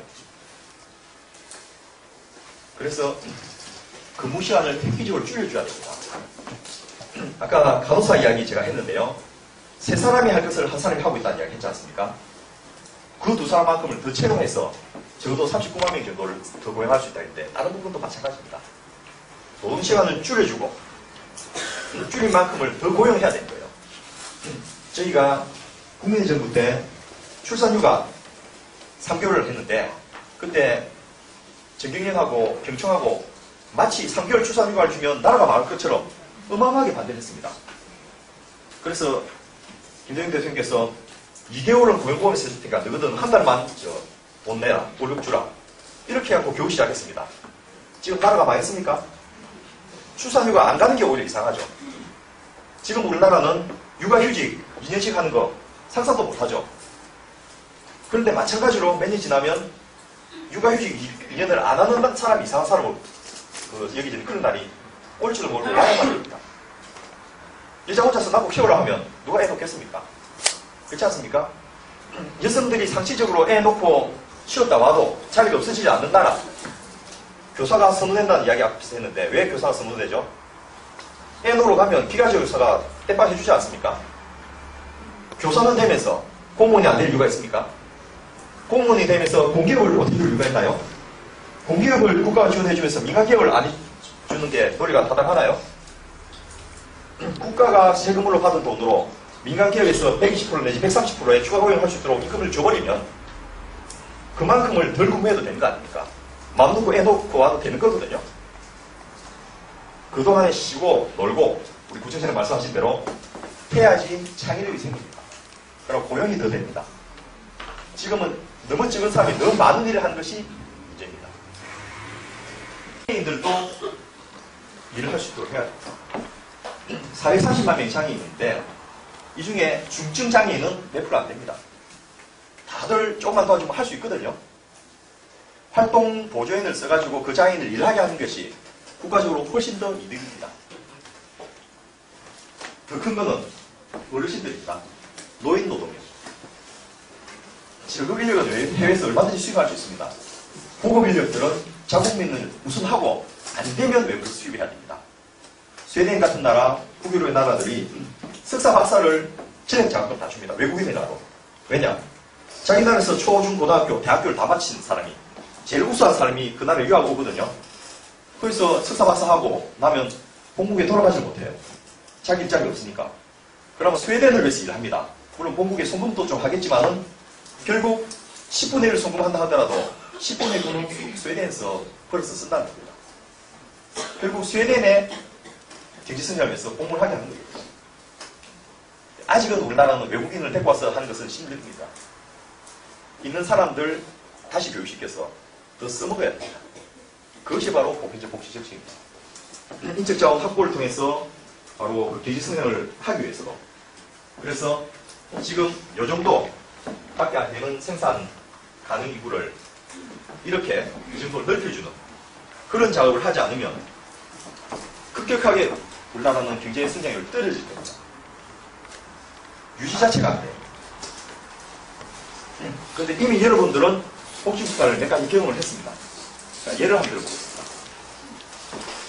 선거를 앞두고 2012년 4월 초에 11일 선거 날 일주일 전에 재경부가 한국은행 자료를 이용해서 잘했다고 발표를 했습니다. 전년 대비 소비자 물가 상승률이 2.6%밖에 안 올랐다. 평균 5% 계속 올랐는데 자랑했습니다. 그런데 그 데이터를 한국은행에 들어가서 찾아봤더니 이 소비자 물가가 2.6%로 억제된 지난해 4일 1사분기 평균 4.7%였는데 2.6%로 억제된 가장 큰 이유가 바로 보육과 학교 급식 관련된 비용 때문입니다. 보육시설 이용료를 국가가 지원을 많이 해주니까 그만큼 덜 내도 되는 거 아닙니까? 그러니까 개별 가게 보육비 지출이 줄어든 게 0.33%, 유치원 납입금이 줄어든 게 0.07%, 학교 급식은 2011년 그 3월 달에 이게 반영됐습니다. 0.3%가 학교 급식을 무상급식을 시행하면서 반영이 됐거든요. 근데 또 0.08%가 더 떨어진 거예요. 왜냐? 5학년 6학년까지 학대했거든요. 그래서 물경 소비자 물가 상승률 0.48%, 0.5%를 떨어진 경험을 여러분 하고 있는 겁니다. 국민들이 6.2 지방선거에서 무상급식에 투표한 이유가 이게 있었다는 거예요. 물가가 아무리 올라도 정부가 아까 사회적 임금이라 그러죠. 기본 생활비 중에 상당 부분을 정부가 채워서 대신해주면 그만큼을 내가 덜 써도 되는 거 아닙니까? 가처분 소득이 생기는 거예요. 여러분 대부분 직장인들이시니까 연말정산 환급 언제 받죠? 2월달에 3월달 받지 않습니까? 받으면 기분 좋죠? 네, 그런 자기 한 달치 월급에 해당되는 그런 돈을 매달 받는다 생각해 보십시오. 살만하겠죠? 무슨 이마트 규제 같은 거 안 해도 재래시장 가서 팍팍 마음대로 돈 쓸 수 있을 겁니다. 구멍가게 별로 영업하는데 걱정 안 해도 될 겁니다. 하다못해 치킨집들도 대박 날 겁니다. 물론 줄여줘야죠. 전체 고용자의 30%나 자영업을 해갖고는 이게 생존이 불가능합니다. 그 사람들이 제대로 된 돈벌이에 지직할 수 있도록 만들어줘야 됩니다. 그만으로도 자영업자들은 살만하게 될 겁니다. 재래시장 활성화가 제대로 될 겁니다. 이것이 바로 여러분 이미 경험하신 보편적 복지정책의 성과입니다. 보육시설 이용료 이거 0에서부터 만 5세까지 하나 했는데도 이렇게 평가가 좋은데요. 0에서부터 만 5세까지 전 아동에 대해서 소득 수준과 관계없이 아동 수당을 보편적으로 10만원씩 지급한다. 애 하나면 1년에 120만원, 둘이면 240만원 받는 거예요. 65세 이상 어르신들에게 지금 9만원, 맥시멈 9만원, 평균 7만원 정도의 기초노령연금을 지급하는데 이걸 18만원까지 지급해버린다. 1년에 얼마죠? 200만원 가까운 돈이 어르신 손에 들어가는 거예요. 그럼 그 어르신이 그 돈을 차곡차곡 모아서 무덤에 가져가겠습니까? 어떻게 쓰겠습니까? 손주 용돈 주겠죠. 제시장 가서 물건 사겠죠. 하다못해 만난 거 먹으러 다니고 놀러 다니실 거 아닙니까? 국내 여행하실 거거든요. 내수가 살아나게 됩니다. 돈이 돌게 됩니다. 지금 수출과 내수의 비중이 75대 25가 아니고 50대 50만 해도 경기가 엄청나게 부양될 수 있을 거예요. 물가가 올라도 기본 생활비를 국가가 다 지급을 해주면 내 생활에 별로 영향이 없습니다. 그렇게 해서 늘어난 가중 소득으로 경제를 활성화시킬 수 있습니다. 내수가 살아가면 제일 큰 혜택을 누가 보죠? 전체 기업의 88%의 중소기업이 봅니다. 중소기업 근로자들이 대기업 근로자에 비해서 임금도 적지만은 제일 큰 게 사회복지가 말이 안 되고 적습니다. 예를 들어서 현대자동차 연봉 7천 8천도 문제지만은 자식 그 둘째까지 요즘 셋째는 안 해준다 하더만요. 둘째까지 산재대학 등록금을 다 대줘요. 지금 농협 같은 데는 다 대주다가 너무 심하다 해가지고 무이자 융자를 해주죠. 농협의 아버지가 안 다녀도 모든 대학생들이 무이자로 유자 받아서 대학 다닐 수 있으면 굳이 농협에 지지 안 해도 되지 않겠어요? 삼성, 현대, 대기업에 지지 안 해도 부모님 내 의료보험에서는 틀리 임플란트 안 됐는데 삼성, 현대는 어르신들한테 그거 해주거든요. 그런데 국가에서 그거 다 해줘버리면 건강보험보장을 90% 해버리면 자식이 그 프로 오수까지 해가지고 현대에 들어가라 이야기 안 해도 되지 않겠어요? 정규직과 비정규직의 차이를 없애버리고 물론 비정규직 자체를 줄이는 걸 해야죠. 최저임금을 인상시켜서 생산력이 낮은 기업은 대출되게 만들어버리는 겁니다. 그리고 고부가치를 가진 기업들이 서바이벌 할 수 있도록 국가가 지원을 해주는 거예요. 최저임금을 지금 32% 정도인데 50% 근로자의 평균임금 수준을 올리면 100만 명 내지 200만 명의 실업자가 생깁니다. 근데 우리는 그걸 만들자는 거예요. 대신에 그 사람을 2년 동안 국가가 먹여 살려주고 학교를 다시 보내주자. 재교육을 시켜주자. 이것에 최소 인간 10조 들어갑니다. 10조 쓰자는 거예요. 그래서 그 마지널한 베니핏을 가진 한계 생산성을 가진 이 저임금에 근로한 기업들은 문을 닫게 해주고 고부가치 기업들이 상당하게 해주고 또 내수가 크면 온갖 벤처기업들이 서바이벌을 할 수 있습니다. 세계에서 벤처기업 창업률이 1등은 미국입니다. 왜냐하면 미국에서는 신분 상승하는 방법이 벤처기업 해갖고 우리가 대박을 터뜨리기는 불가능하기 때문이죠. 근데 벤처기업 창업률 2등은 스웨덴입니다. 벤처기업 성공률 1등은 탁월하게 스웨덴입니다. 왜냐?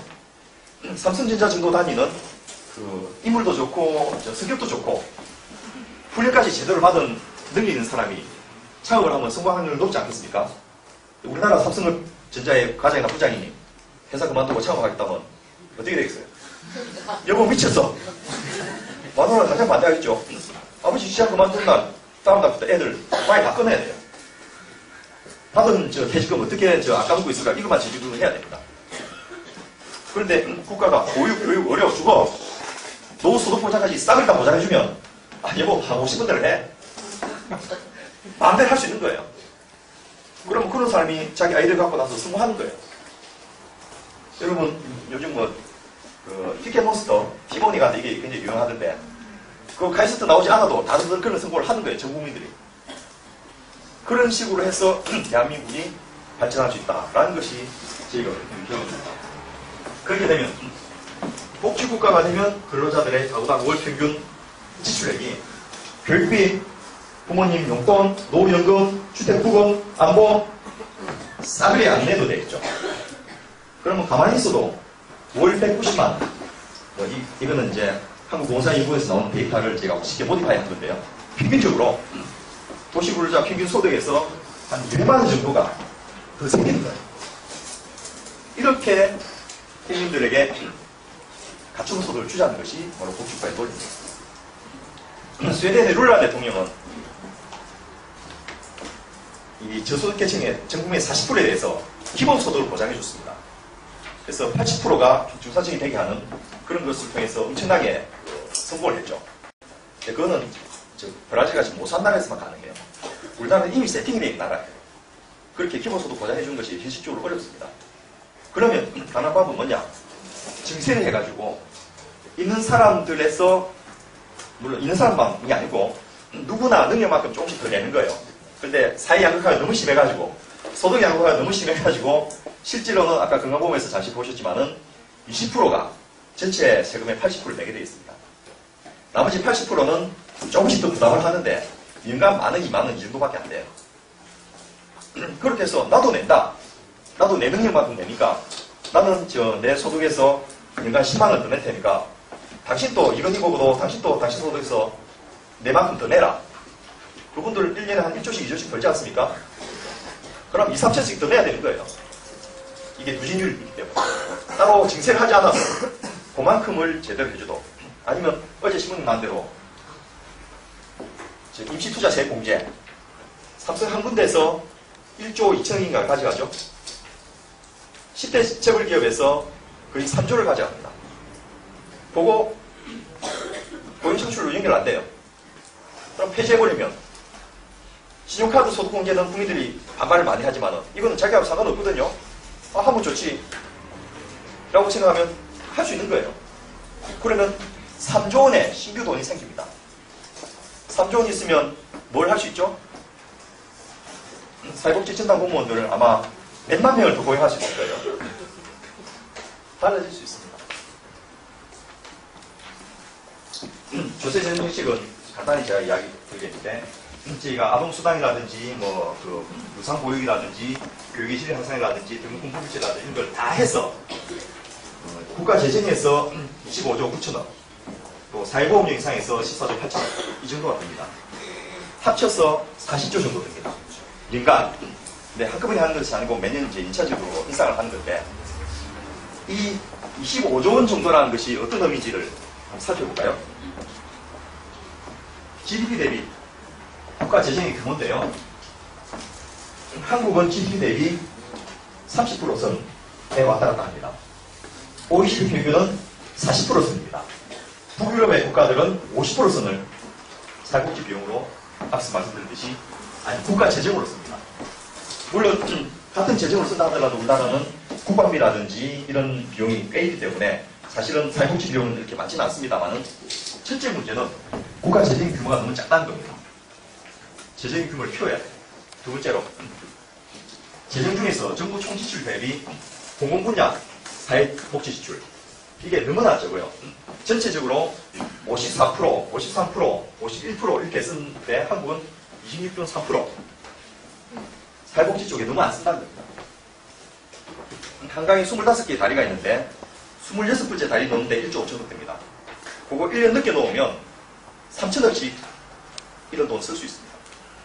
서울 시민한테 한강을 5분 일찍 건너간 것을 할래, 아니면 보편적 복지를 가진 가족들이 연간 매달 100만원씩 더 받는 걸 할래, 서울 시민은 어떤 걸 선택할까요? 당연히 부자를 선택하죠. 근데 한 번도 정치인들이 이런 질문을 한 적이 없습니다. 이번 대통령 선거에서 만일 그런 질문을 정치인들이 하게 되면 국민들은 전부 찍으러 나올 겁니다. 그렇게 되면 나라가 바뀔 수 있습니다. 그런데 이것을 위한 조세 부담률, 우리나라가 조세 부담률 19.3%, OECD 평균이 25.8%인데 6.5% 차이인데요. 사회보장 부담률 3.1% 차이해가지고 합쳐서 9.6% 차이입니다. 이 돈은 일간 우리나라가 명목 GDP가 1240조이기 때문에 120조 원을 더 부담을 해야지 OECD 평균이 되는 거예요. 우리가 이걸 바로 가자는 것이 아니고, 제가 한번 해보니까 노무현 대통령도 퇴임하시기 전에 사석에서 한 번만 더 하면 진짜 잘하겠는데 이런 이야기 하시던데요. 집권을 한 번 해갖고는 못하겠습니다. 두 번 해도 어려워요. 복지국가 5개년 계획을 한 3번 내지 4번을 하면 나라를 상당 부분 바꿀 수 있겠습니다.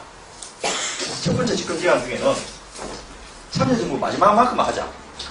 2008년도에 조세 부담률을 너무 부담스러워서 국민들 생활이 어려웠습니까? 현 정부가 부자 감세를 하느라고 21.5%에 든 조세 부담률을 19.3%로 만들어줬어요. 2%를 떼가지고 부자들한테 줬습니다. 근데 그 사이에 재정 규모가 커져가지고 지금 2%면 얼마죠? 1240조에 2%면 25조 원입니다. 25조 원이란 말은 앞에서 보셨듯이 바로 이 돈, 국가 재정에서 복지국가를 하는 데 필요한 돈 똑같습니다.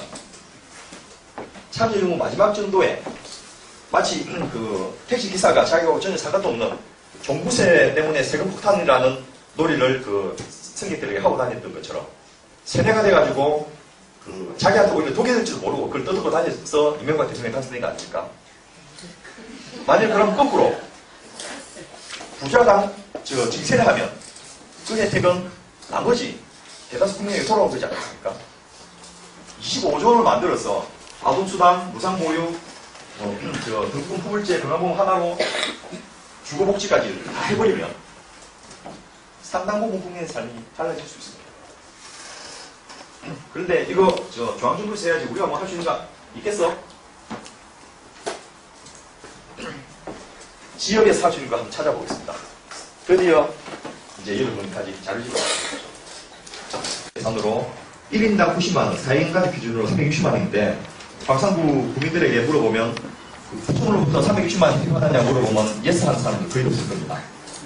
그나마도 광산구는 광역시의 자치구이기 때문에 좀 적은 거예요.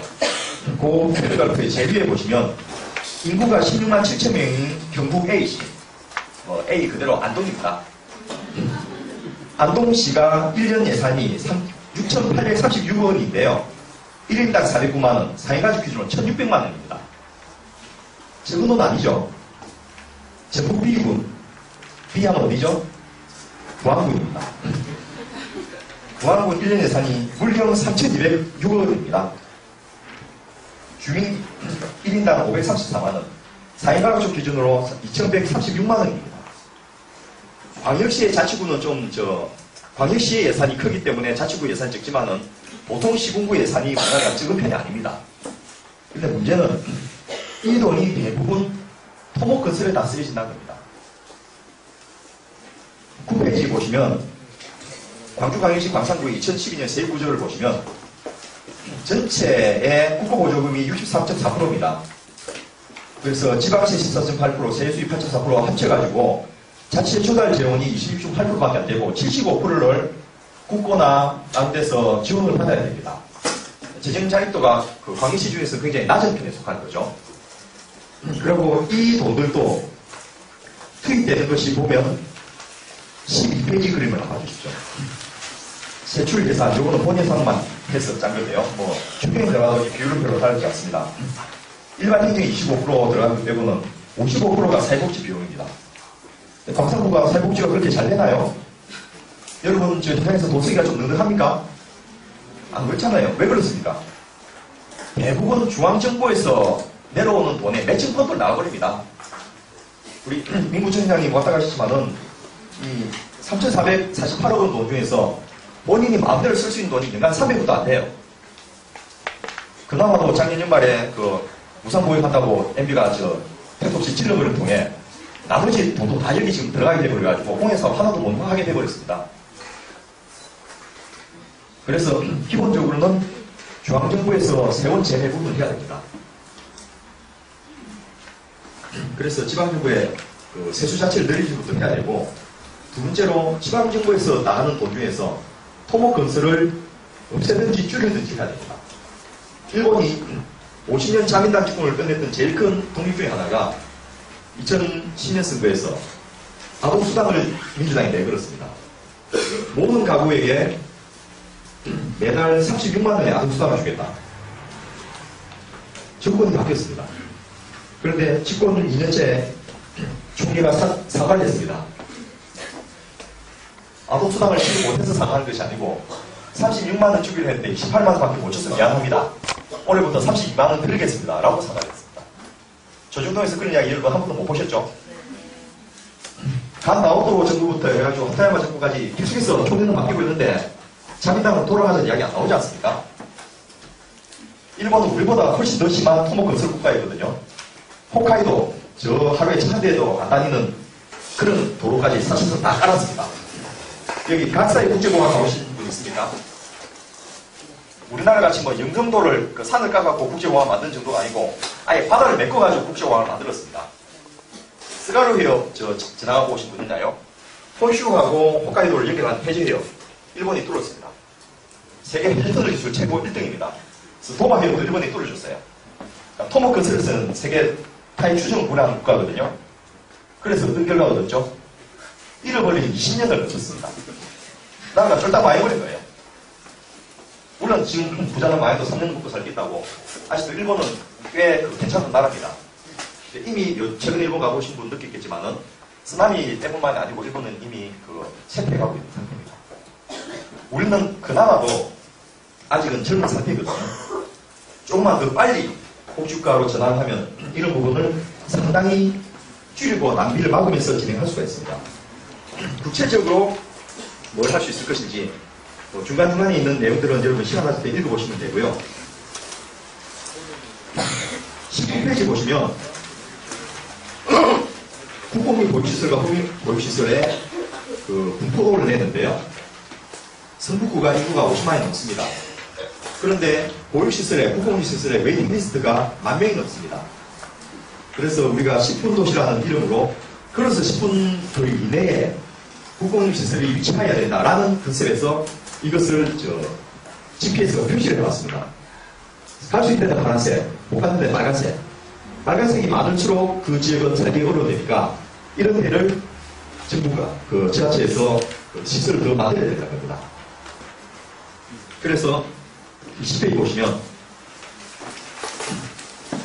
A, B, C, D 지역에 주민들의 거주 지역에 인구 분포하고 성비 소득 수준을 분석을 해놨는데 여기에서 성북구는 베드타운입니다.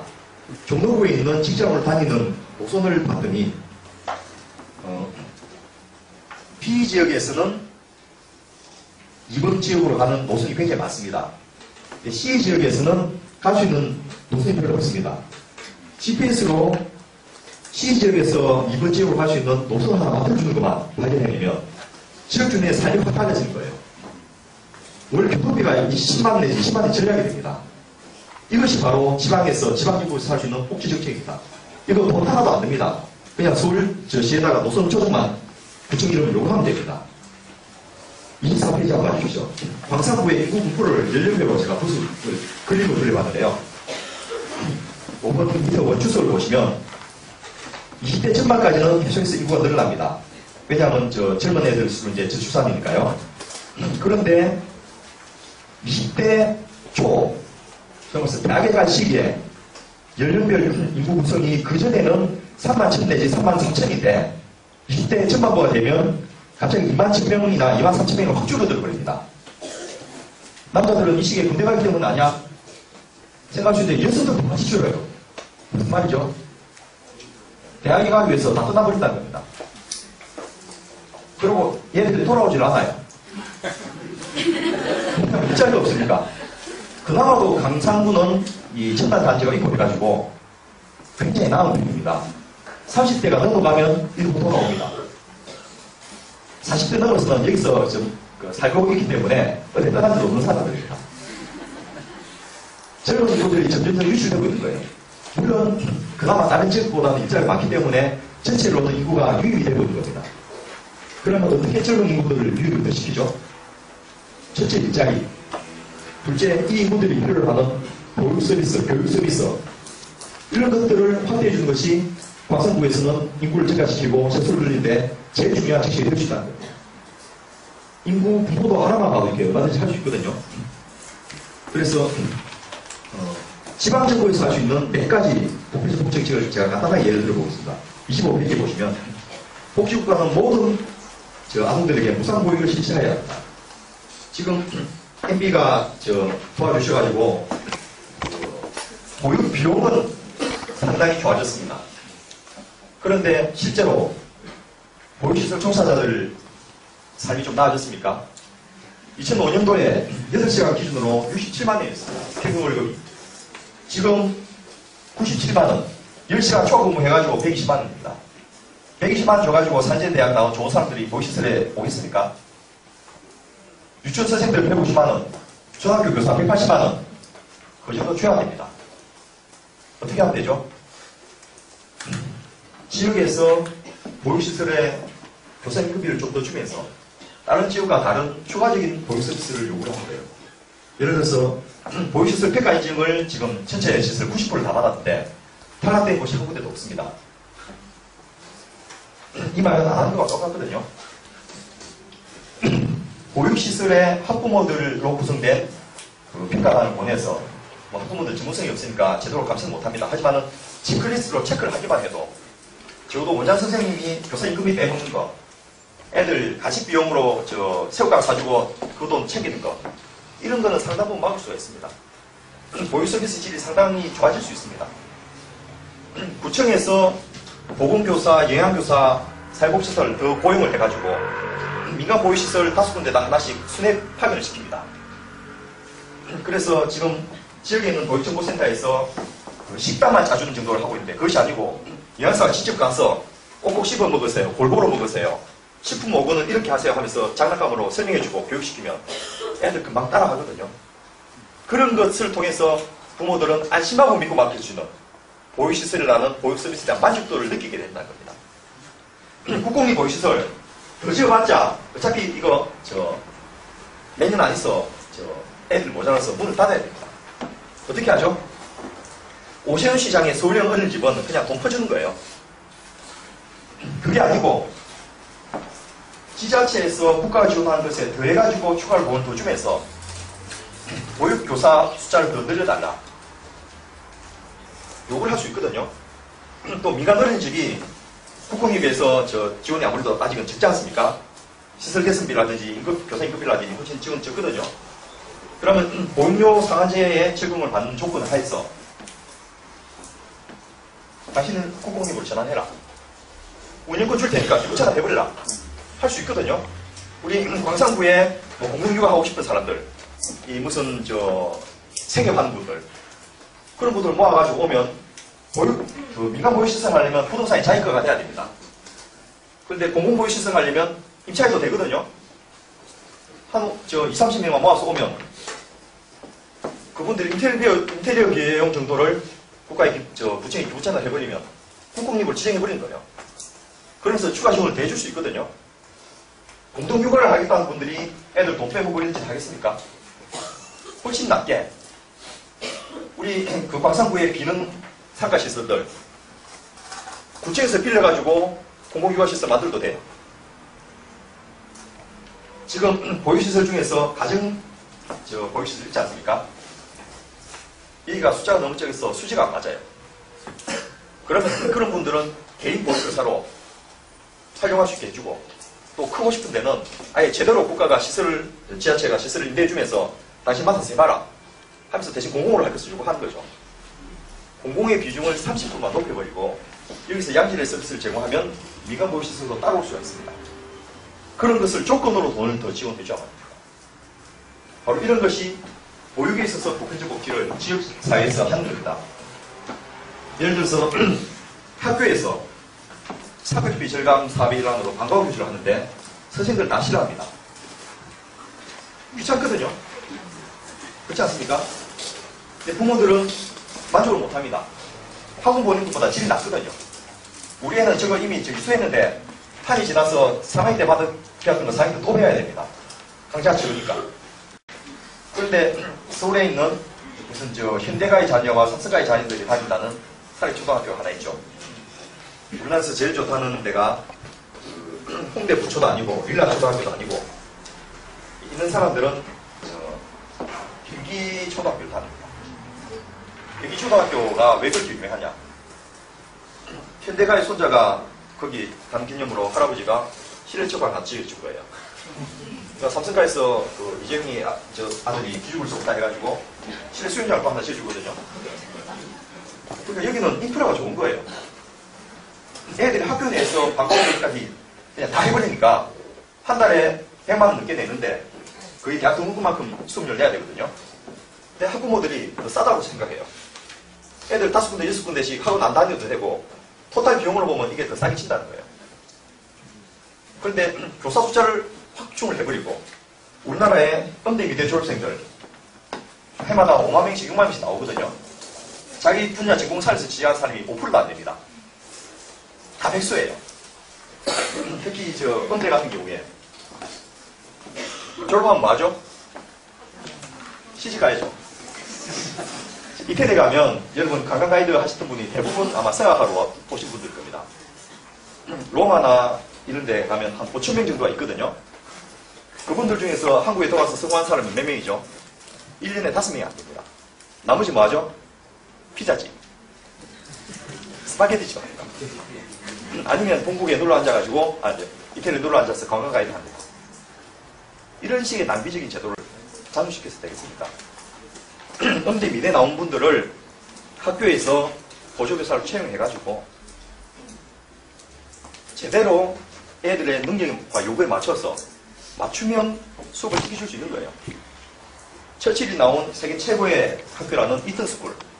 오전만 수업하고 오후엔 수업을 안 합니다. 방과후 특기 활동을 합니다. 카누, 조정, 승마 이런 거 합니다. 이튼스쿨 애들이 캠브리지, 옥스퍼드에 적게 갑니까? 노벨상 수상자가 적습니까? 수업을 많이 한다고 해서 좋은 교육이 아니거든요. 제대로 된 맞춤형, 질 높은 교육을 시키는 게 중요합니다.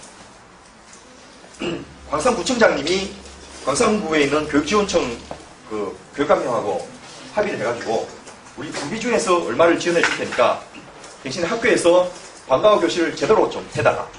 우리 구민들 중에서 이런 음악교사, 미술교사, 자격증 있는 분들을 채용해서 우리 아이들에게 좋은 서비스를 좀 해달라. 여기 지역아동센터가 많이 있지 않습니까? 취약계층 대상 아동이나 차상계층 할 게 아니고 중산층 애들 봐주면 안 됩니까? 돈을 더 주는 거예요. 우리나라 열세 아동이 지금 50만인지 80만인지 이렇게 모르는데요. 걔들이 주로 저소계층 취약지역에 사는 애들이 성폭행의 피해자가 되지 않습니까? 근데 엄마는 맞벌이를 해도 그렇고 아빠는 아까 말씀드렸듯이 회식도 업무의 인장이라고 밤 10시나 되어갖고 술을 취하고 들어옵니다. 전혀 애 키우는데 도움이 안 되죠. 엄마는 직장이 땡 하자마자 급하게 뛰어와가지고 저녁에 먹여야 됩니다. 설거지하고 9시 뉴스 잠깐 보다 보면 설거지 자기 바빠요. 애들한테 예습복습 시켜주고 과제물 챙겨주고 애의 장래를 상담하고 이런 걸 잘 못하거든요. 지역아동센터에 선생님들이 몇 분 더 가셔가지고 중산층 아동까지를 봐주면서 숙제도 봐주고 다음날 준비물도 챙겨주고 진로지도까지 해주면 광산구 주민들의 살림살이가 좀 나아지지 않겠습니까? 지역에 종합사회복지관, 노인회관 필요하죠. 그런데 이런 거 하나 짓는데 적게는 4, 50억, 많게는 300억 듭니다. 여러분, 노인 관련된 사회복지 조직에다가 한 1억씩 주면 꽤 많은 일을 할 수 있지 않겠어요? 300억짜리 건물 하나 질 돈으로 300군데 동시다발적으로 그 사업을 하면 광산구 노인들 살만할 겁니다. 그렇지 않겠습니까? 꽤 많은데요. 초등학교에, 여기는 물론 신도시라서 아직은 그런 정도는 아니지만은 대부분 초등학교는 학교가 교실 남아봅니다. 한 학급이 실평수 20평, 복도까지 25평입니다. 교실 2개면 이거보다 훨씬 더 넓습니다. 여기다 도서관 얼마든지 지어줄 수 있거든요. 학교에 장소 구입비로 1억 원씩 매년 지원을 하고 사서교사, 복수지도사 5명씩 파견해 보십시오. 대신에 수업시간 중에는 학교 쪽으로 문을 열어주고 애들 학교하고 나서는 바깥에 문을 열고 학교 문 닫아버린 겁니다. 일반인들하고 학생들이 섞일 염려가 없습니다. 이미 여러 군데서 그런 사업 하고 있습니다. 20억 들여서 느낌표 도서관을 짓지 않아도 광산구의 초등학교, 중학교, 고등학교에 도서관을 하나씩 다 가질 수 있습니다. 그리고 그 도서관에서 애들 숙제도 하고 책도 읽고 안철수 같은 사람이 광산구에서도 수십 명 날 수가 있는 겁니다. 같은 돈을 들고서 어디에 쓰느냐의 문제거든요. 제가 가능한 방법들을 몇 가지 예시를 계속해서 25페이지, 26페이지, 27페이지 쭉 해놨는데요.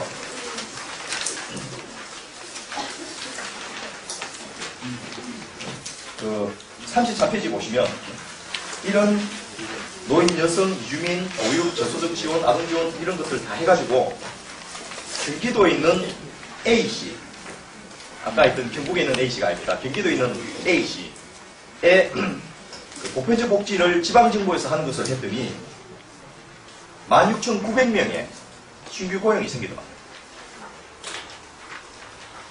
물론 세수 자체를 지방 이전을 해주기 전에는 한계가 있습니다만은 지방정부에서 마음만 바꾸고 먹으면 신규로 증액을 하지 않고 세수 전환, 지출 전환을 했어도 이런 정도의 서비스를 해줄 수가 있습니다. 그리고 광산구에서 이런 서비스가 다 된다고 하면 아마 광주 시민들 전부 광산구로 이사 올라와서 난리가 날 겁니다. 그렇지 않겠습니까? 여러분 지역사회 복지협의체에 있지만은 여기 별로 힘 없지 않습니까? 여기에다가 돈을 팍팍 밀어주면서 인력도 팍팍 제쳐주면서 당신들 마음대로 한번 해보라고 하면 사회복지사를 뭐 하겠어요? 사회 찾아서 발굴해서 관리해주고 얼마든지 잘 할 수 있거든요. 남양주에서 사례관리를 아예 전산 시스템으로 공유하는 시스템을 만들었더니 보건 서비스, 복지 서비스, 교육 서비스 이게 다 연동이 돼가지고 굉장히 효율적으로 되는 그런 케이스도 이미 만들어져 있습니다. 프로그램 다 있어요. 돈 별로 안 들거든요. 지자체에서 마음만 먹으면 얼마든지 할 수가 있습니다. 제가 시간도 없지만은 개별적으로 뭘 어떻게 더 할 수 있는지는 지금 이야기는 하지 않겠습니다. 여러분이 앞으로 남은 강의 동안에 계속해서 들어보시고 또 마지막 6강에는 오건호 박사님이 이분은 재정 전문가거든요. 저희하고 같이 해서 재정 부분을 하시는데 아마 제가 이야기했던 것보다 훨씬 더 자세하게 지방정부에서 가용한 재원들을 이야기해 줄 수 있을 겁니다. 그리고 하나 제가 드리고 싶은 것은 여러분이 이 강좌를 듣는 곳으로만 끝마치지 마시고 끝나자마자 한 일주나 2주 뒤에 구청장하고 같이 해서 공청회를 하자고 제안을 하십시오. 이 테이블별로 팀을 짜가지고 각자가 자기 분야에서 아니면 분야별로 팀을 짜도 괜찮습니다.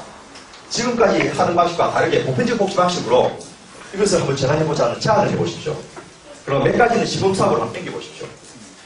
예를 들면 제가 종로구에 사는데 우리 종로구에는 북한산을 끼고 있어가지고 둘레길이 아주 잘 되어 있습니다. 나무로 데크를 만들어서 멋지게 해놨거든요. 이걸 보고서 제가 호주의 아이디어를 가져왔습니다. 호주에는 게이트볼을 하러 가면 어르신들한테 일당을 줘요.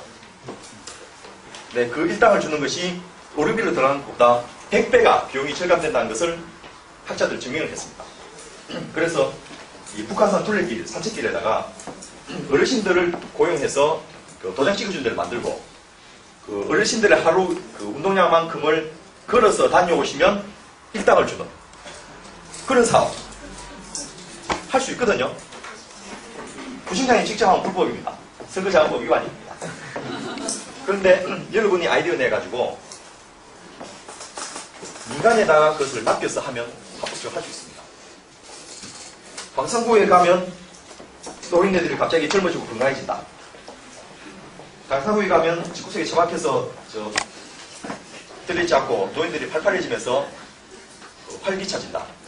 이런 소문을 만들 수 있게 된다는 겁니다. 그래서 하고 싶은 말은 많습니다만은 오늘 첫 시간이니까 보편적 복지가 중앙정부에서만 하는 것이 아니고 지방정부에서도 얼마든지 아이디어만 내면 가능하다. 그리고 필요하면 세부적인 케이스는 얼마든지 여러분께 제공해드릴 생각도 있고요. 우리 복지과 소사이티 홈페이지 들어가 보시면 또 그런 내용들이 많이 있습니다. 여러분들이 마음을 먹으면 광산구를 변화할 수 있고요. 광주시를 바꿀 수 있습니다. 없는 땅 위에 길을 낼 수도 있다고 저는 확신합니다. 시작이 지금 여러분들에 의해서 이루어지고 있습니다. 걸어가는 사람이 많아지면 그것이 곧 길이 되는 것이라 생각합니다. 함께 걷고 싶습니다.